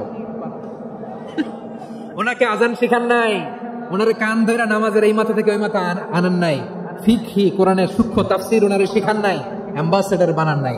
বিষ্ণু ইসলাম ওনাকে সামরিক অভিযানে প্রেরণ করেছেন। সামরিক অভিযানে তিনি প্রেরণ করেছেন। ওনার জীবদ্দশায় ওনার নেতৃত্বে যতগুলো যুদ্ধ হয়েছে, একটা যুদ্ধেও তিনি পরাজয় বরণ করেন নাই। ওমর ফারুকের সময়কালে তিনি চিফ অফ মুসলিম মিলিটারি, মানে মুসলিম সেনাপতি হয়েছেন। যশোর আওয়াজ করো, ঠিক কিনা বলো? সেনাপতি, মুসলিম সেনাপতি। তাহলে কিভাবে হিউম্যান রিসোর্স ব্যবহার করতে হয় গোটা বিশ্ব আমার নবীর কাছ থেকে শিখে নাও। খালিদ বিন ওয়ালিদ, ওনাকে বিশ্বনবী একটা উপাধি দিয়েছেন। উপাধিটা হচ্ছে সাইফুল্লাহিল মাসলুল, আল্লাহর ডাঙ্গা তরবারি, আল্লাহর খোলা তরবারি, দ্য ওপেন সোর্ড অফ আল্লাহ। খালিদ বিন ওয়ালিদ মুসলিম সেনাপতি। হাসান বিন সাবিত নাম শুনছেন?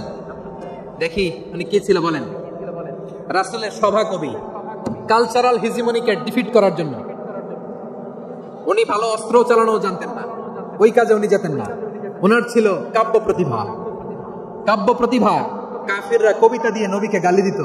বিশ্বনবী বলতেন, ইয়া হাসান আজিব আন রাসূলিল্লাহ, তুমি নবীর হয়ে কাফেরদের এই কথাগুলোর জবাব দাও। বিশ্বনবীর একটা মিম্বার ছিল। বিশ্বনবীর মিম্বারের পাশাপাশি মসজিদে নববীতে এই হাসান বিন সাবিতের জন্য বিশ্বনবী একটা স্পেশাল মিম্বার বানিয়ে দিয়েছেন। এখান থেকে তুমি জবাব দাও। এবং বিশ্বনবী বলেছেন, আল্লাহুম্মা আইয়িদহু বিরূহিল কুদুস, আল্লাহ হাসান আমার পক্ষে জবাব দেয়, তুমি জিব্রাইল মারফত তাকে সাহায্য পাঠায়া দিও।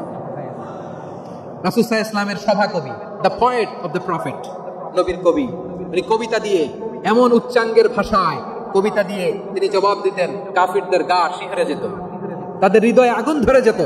তাহলে এরকম কবিরও দরকার আছে না নাই? এখন যাকে আল্লাহ দিছে কাব্য প্রতিভা, এর যদি আপনি যুদ্ধের ময়দানে পাঠান হবে?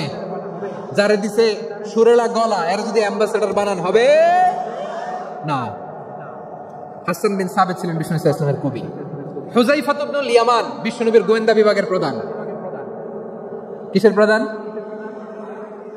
হুযায়ফা ইবনুল ইয়ামান। ওনার ছিল ডিটেকটিভ মাইন্ড। ডিটেকটিভ মাইন্ড, গোয়েন্দা বিভাগের প্রধান। এবং উনি হচ্ছেন সাহিবু সিররি রাসূলিল্লাহ, রাসূল সাল্লাল্লাহু আলাইহি ওয়াসাল্লামের গোপন তথ্যের ধারক বাহক। নবীর যেই কথা কেউ জানে না, সব হুযায়ফার পেটের ভিতরে ছিল। সুবহানাল্লাহ পড়েন। মদিনার যত ইহুদিদের একটা লিস্ট ছিল, এই লিস্ট শুধু দুইজন জানতো, বিশ্বনবী আর হুযায়ফা। সুবহানাল্লাহ পড়বেন না? তাহলে ওনাকে কোন দায়িত্ব দিছে? কোন বিভাগ? যশোর। আওয়াজ করো, কোন বিভাগ? গোয়েন্দা বিভাগের হেড ছিল। খন্দকের যুদ্ধে প্রচন্ড আজকের মতো শৈত্য প্রবাহ, মাটি খনন করতে করতে সাহাবীদের পেটে ক্ষুধা নাই, দাঁড়াইতে পারে না নামাজের জন্য, এত ক্লান্ত, ক্ষুধা, ক্লান্ত শ্রান্ত।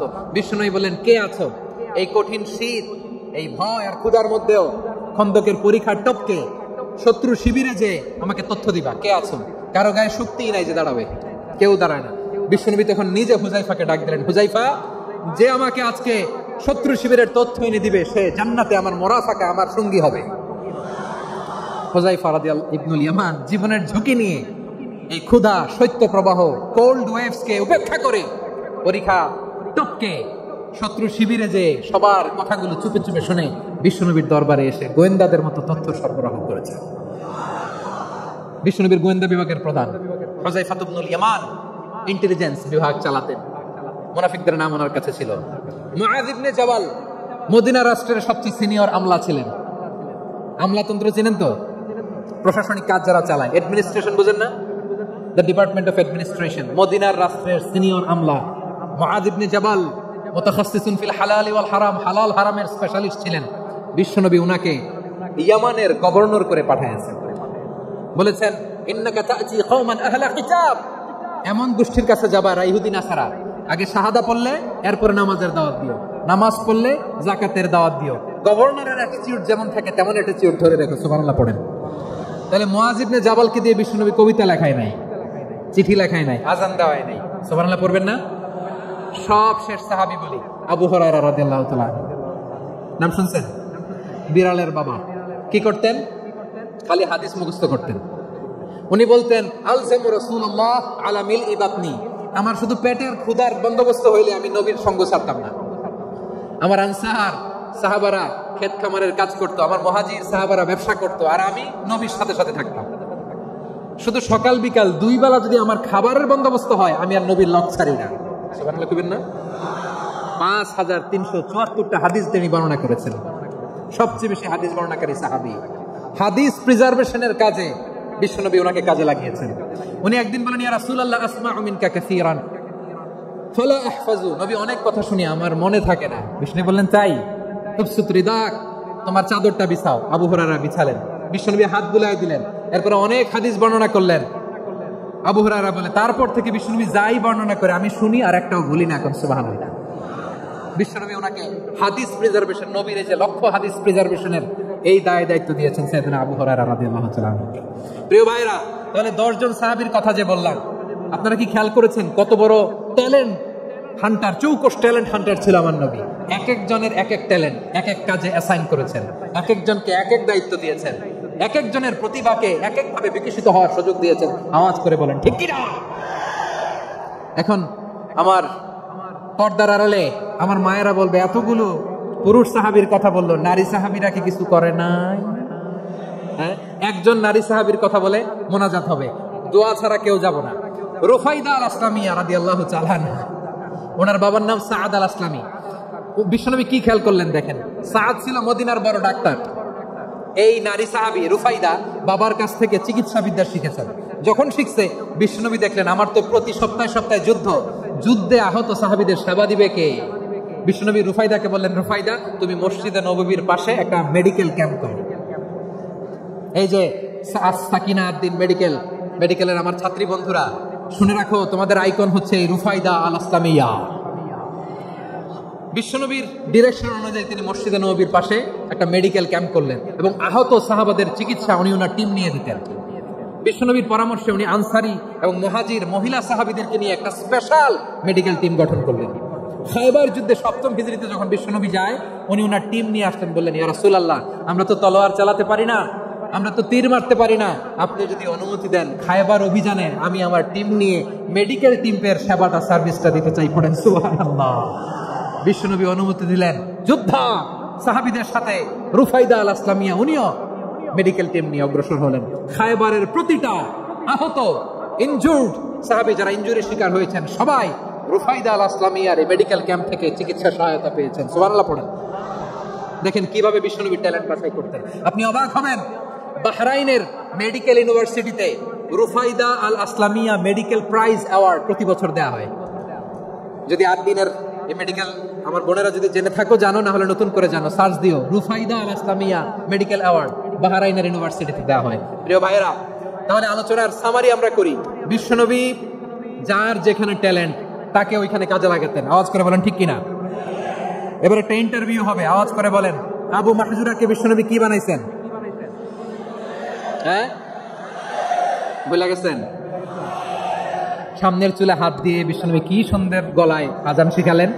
মুয়াজ্জিন যায়েদ বিন সাবিতকে একাডেমিক প্রজেক্টের দায়িত্ব দিয়েছেন, তিনি ছিলেন বিশ্বনবীর দোভাষী ব্যক্তিগত সচিব। Musab ibn Umair, the first ambassador of Islam. Abdullah ibn Abbas, উম্মার বড় শিক্ষাবিদ মুফাসসির। আব্দুল্লাহ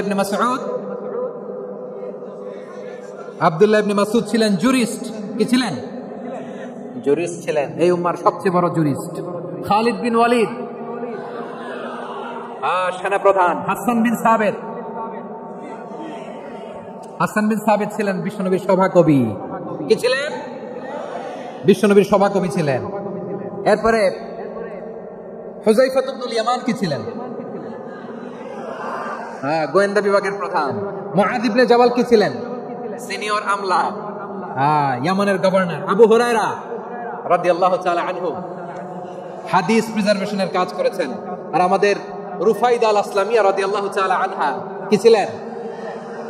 নার্স ছিলেন, নার্স হয়ে মেডিকেল সেবা দিয়েছেন। প্রিয় ভাইরা, পুরো আলোচনার যদি সামারি করি, তাহলে বিশ্বনবী যেভাবে হিউম্যান রিসোর্সকে ম্যানেজ করেছেন, যার যেখানে প্রতিভা কাজে লাগিয়েছেন, আমরাও যদি করি, আমাদের বাংলাদেশের চিত্র আমরা পাল্টে যেতে পারবো। আমরা শুরুতে শুনেছি মানুষের আছে অসীম সম্ভাবনা, প্রতিটা মানুষ অনন্য, যত্ন নিলে, যথাযথ পরিচর্যা করলে মানুষ বিশ্ব জয় করতে পারে। ঠিক কিনা? আমাদের হাফেজে কোরআনের সামনে দাঁড়াতে পারে এমন কোন হাফেজে কোরআন আল্লাহর জমিনে জন্ম হয় না। গোটা বিশ্ব কাঁপিয়ে তারা সেরা, আমাদের ক্রিকেটাররা সেরা, আমাদের তৈরি পোশাক শিল্প সেরা। এরকম অনেক অনেক সেরা জিনিস আছে, আমরা এগুলোরে নার্চারিং করতে পারি নাই, পরিচর্যা করতে পারি নাই, সঠিক তারবিয়াতের অভাব। তাহলে মানুষের অসীম সম্ভাবনাকে কাজে লাগাতে হবে। ঠিক কিনা বলেন? ইউনুস গভর্নমেন্টকে আমি বলবো, অল্প সময়ের জন্য আপনারা এসেছেন, সংস্কারও করতে হবে, আবার নির্বাচনও করতে হবে। সব সংস্কার হতে করতে পারবেন না, যতটুকু পারবেন এর মধ্যে আমাদের যে হিউজ ম্যান পাওয়ার, আমাদের যে মানব সম্পদ, হিউম্যান রিসোর্স, এটাকে ডেভেলপ করে আপনাদের যেতে হবে। যেটা পারবেন না সেটাকে পরবর্তী নির্বাচিত গভর্নমেন্টের কাছে রেখে যেতে হবে, যে তারা যেন করে, তাদের কাছে আপনারা এটা রেখে যাবেন। তাহলে মানুষ চাইলে বিশ্ব জয় করতে পারে। আর মানুষকে হারাতে পারে কেউ? জোরে বলো যশোর। মানুষকে হারাতে পারে কেউ? আল্লাহ আমাদেরকে জনসংখ্যা দিয়েছেন প্রিয় ভাইয়েরা। এই জনসংখ্যা অনেক বড় সম্পদ, এটা আমাদের জন্য অভিশাপ নয়, আশীর্বাদ। আমাদের জনসংখ্যাকে যদি আমরা জনশক্তিতে রূপান্তর করতে পারি, আজকে বাংলাদেশ যে অবস্থানে দাঁড়িয়ে আছে, বাংলাদেশ তার 20 গুণ উন্নতির শিখরে চলে যাবে। চিল্লায় বলো ঠিক কিনা? আমাদের শ্রমিক ভাইয়েরা বাইরে কাজ করে, আমাদের শ্রমজীবী ভাইয়েরা, প্রবাসীরা, তাদের ব্যাপারে গুরুত্ব দিতে হবে। আমাদের শ্রমের দাম সবচেয়ে কম, সবচেয়ে কম। তারা এম্বাসিতে গুরুত্ব পায় না, এয়ারপোর্টে গুরুত্ব পায় না। এই সরকার অবশ্য তাদেরকে অনেক গুরুত্ব দিচ্ছে। আমাদের অদক্ষ শ্রমিককে যখন আমরা দুবাই পাঠাই, অল্প বেতন পায়, কিন্তু ইন্ডিয়ানরা দক্ষ শ্রমিক পাঠাইলে তার 3 গুণ বেতন পায়। আমরা আমাদের শ্রমিকদেরকে অদক্ষ ভাবে আর পাঠাতে চাই না, দক্ষ শ্রমিক পাঠিয়ে আমরা রেমিটেন্সের বন্যা বইয়ে দেব।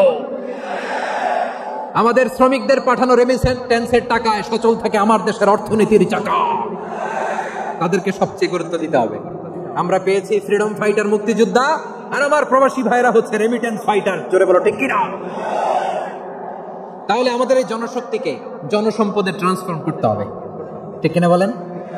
সরকার জনগণকে এইভাবে পলিশ করতে হবে। মা বাবারা ছেলে মেয়েদের মধ্যে কার কোন যোগ্যতা তাকে ওইভাবে কাজে লাগাতে হবে। সবার A+ পাওয়ার কোনো দরকার নাই। আমাদের দেশে একটা টেন্ডেন্সি আছে, পরীক্ষায় A+ না পাইলে তুই কি করলি, পাশের বাড়ির ছেলে A+ পাইছে, যা ওর পা ধোয়া পানি খা। কি খা? তা আমি ভাবছি যে পা ধোয়া, A+ পাওয়া ছেলেদের পা ধোয়া পানির একটা পানির ব্র্যান্ড বানাইতে হবে। এরকম লেখা থাকবে, A+ পাওয়া ছেলেদের পা ধোয়া পানি। খাওয়া নাই, এগুলার খাওয়া নাই। ওরে আল্লাহ A+ পাওয়ার জন্য বানাইছে, আর আপনার ছেলেকে এই A+ গুলারে নিয়ন্ত্রণ করার জন্য আল্লাহ বানাইছে। ওকে দিয়ে আল্লাহ কি করবে আপনি জানেনই না। একটা A+, একটা A গ্রেড একটা মানুষের জীবনকে ঠিক করে দিতে পারে না।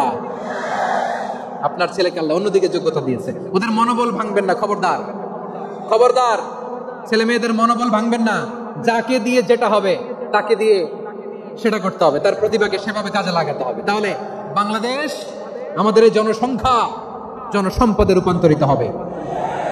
আমাদের সরকারের তত্ত্বাবধানে আমাদের 18 কোটি জনগণ দক্ষ জনশক্তিতে রূপান্তরিত হোক। আমরা চাই কি চাই না? আমরা ভালো মানুষ, শ্রেষ্ঠ মানুষ হতে চাই কি চাই না?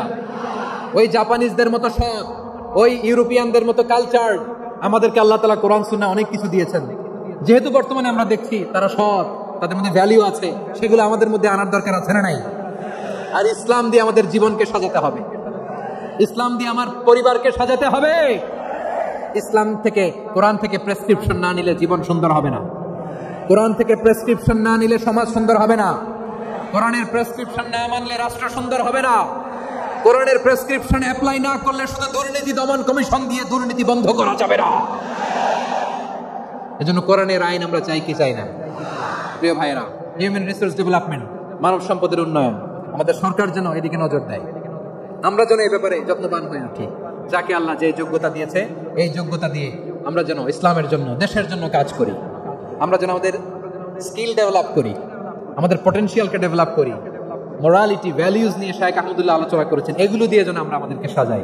আল্লাহ তাআলা আমাদের দেশকে তুমি নিরাপদ করো, আমরা পড়ি আমিন। আল্লাহ আমার 18 কোটি জনগণকে তুমি জনশক্তিতে রূপান্তরিত করো, আমিন।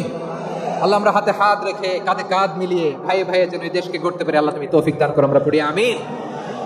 আমার প্রিয় মহিউদ্দিন ভাই বলেছেন, হুজুর এমন একটা ঘোষণাপত্র দিয়ে যাবেন আজকের এই ঐতিহাসিক যশোরের প্রোগ্রামে, যেটা গোটা বাংলাদেশে মানুষ এটার উপর আমল করে।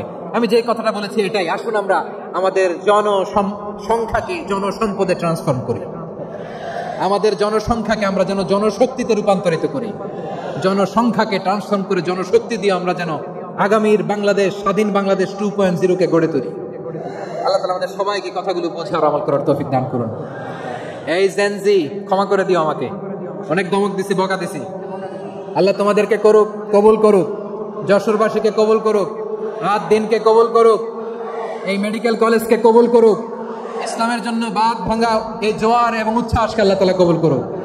হাযা মা ইনদি ওয়াল ইলমু ইনদাল্লাহ আলাইহি তাওয়াক্কালতু ওয়া ইলাইহি উনীব। সুবহানাকাল্লাহুম্মা বিহামদিকা আশহাদু আল লা ইলাহা ইল্লা আনতা আস্তাগফিরুকা ওয়া আতুবু ইলাইক। আল্লাহুম্মা আমিন। রব্বানা যালামনা আনফুসানা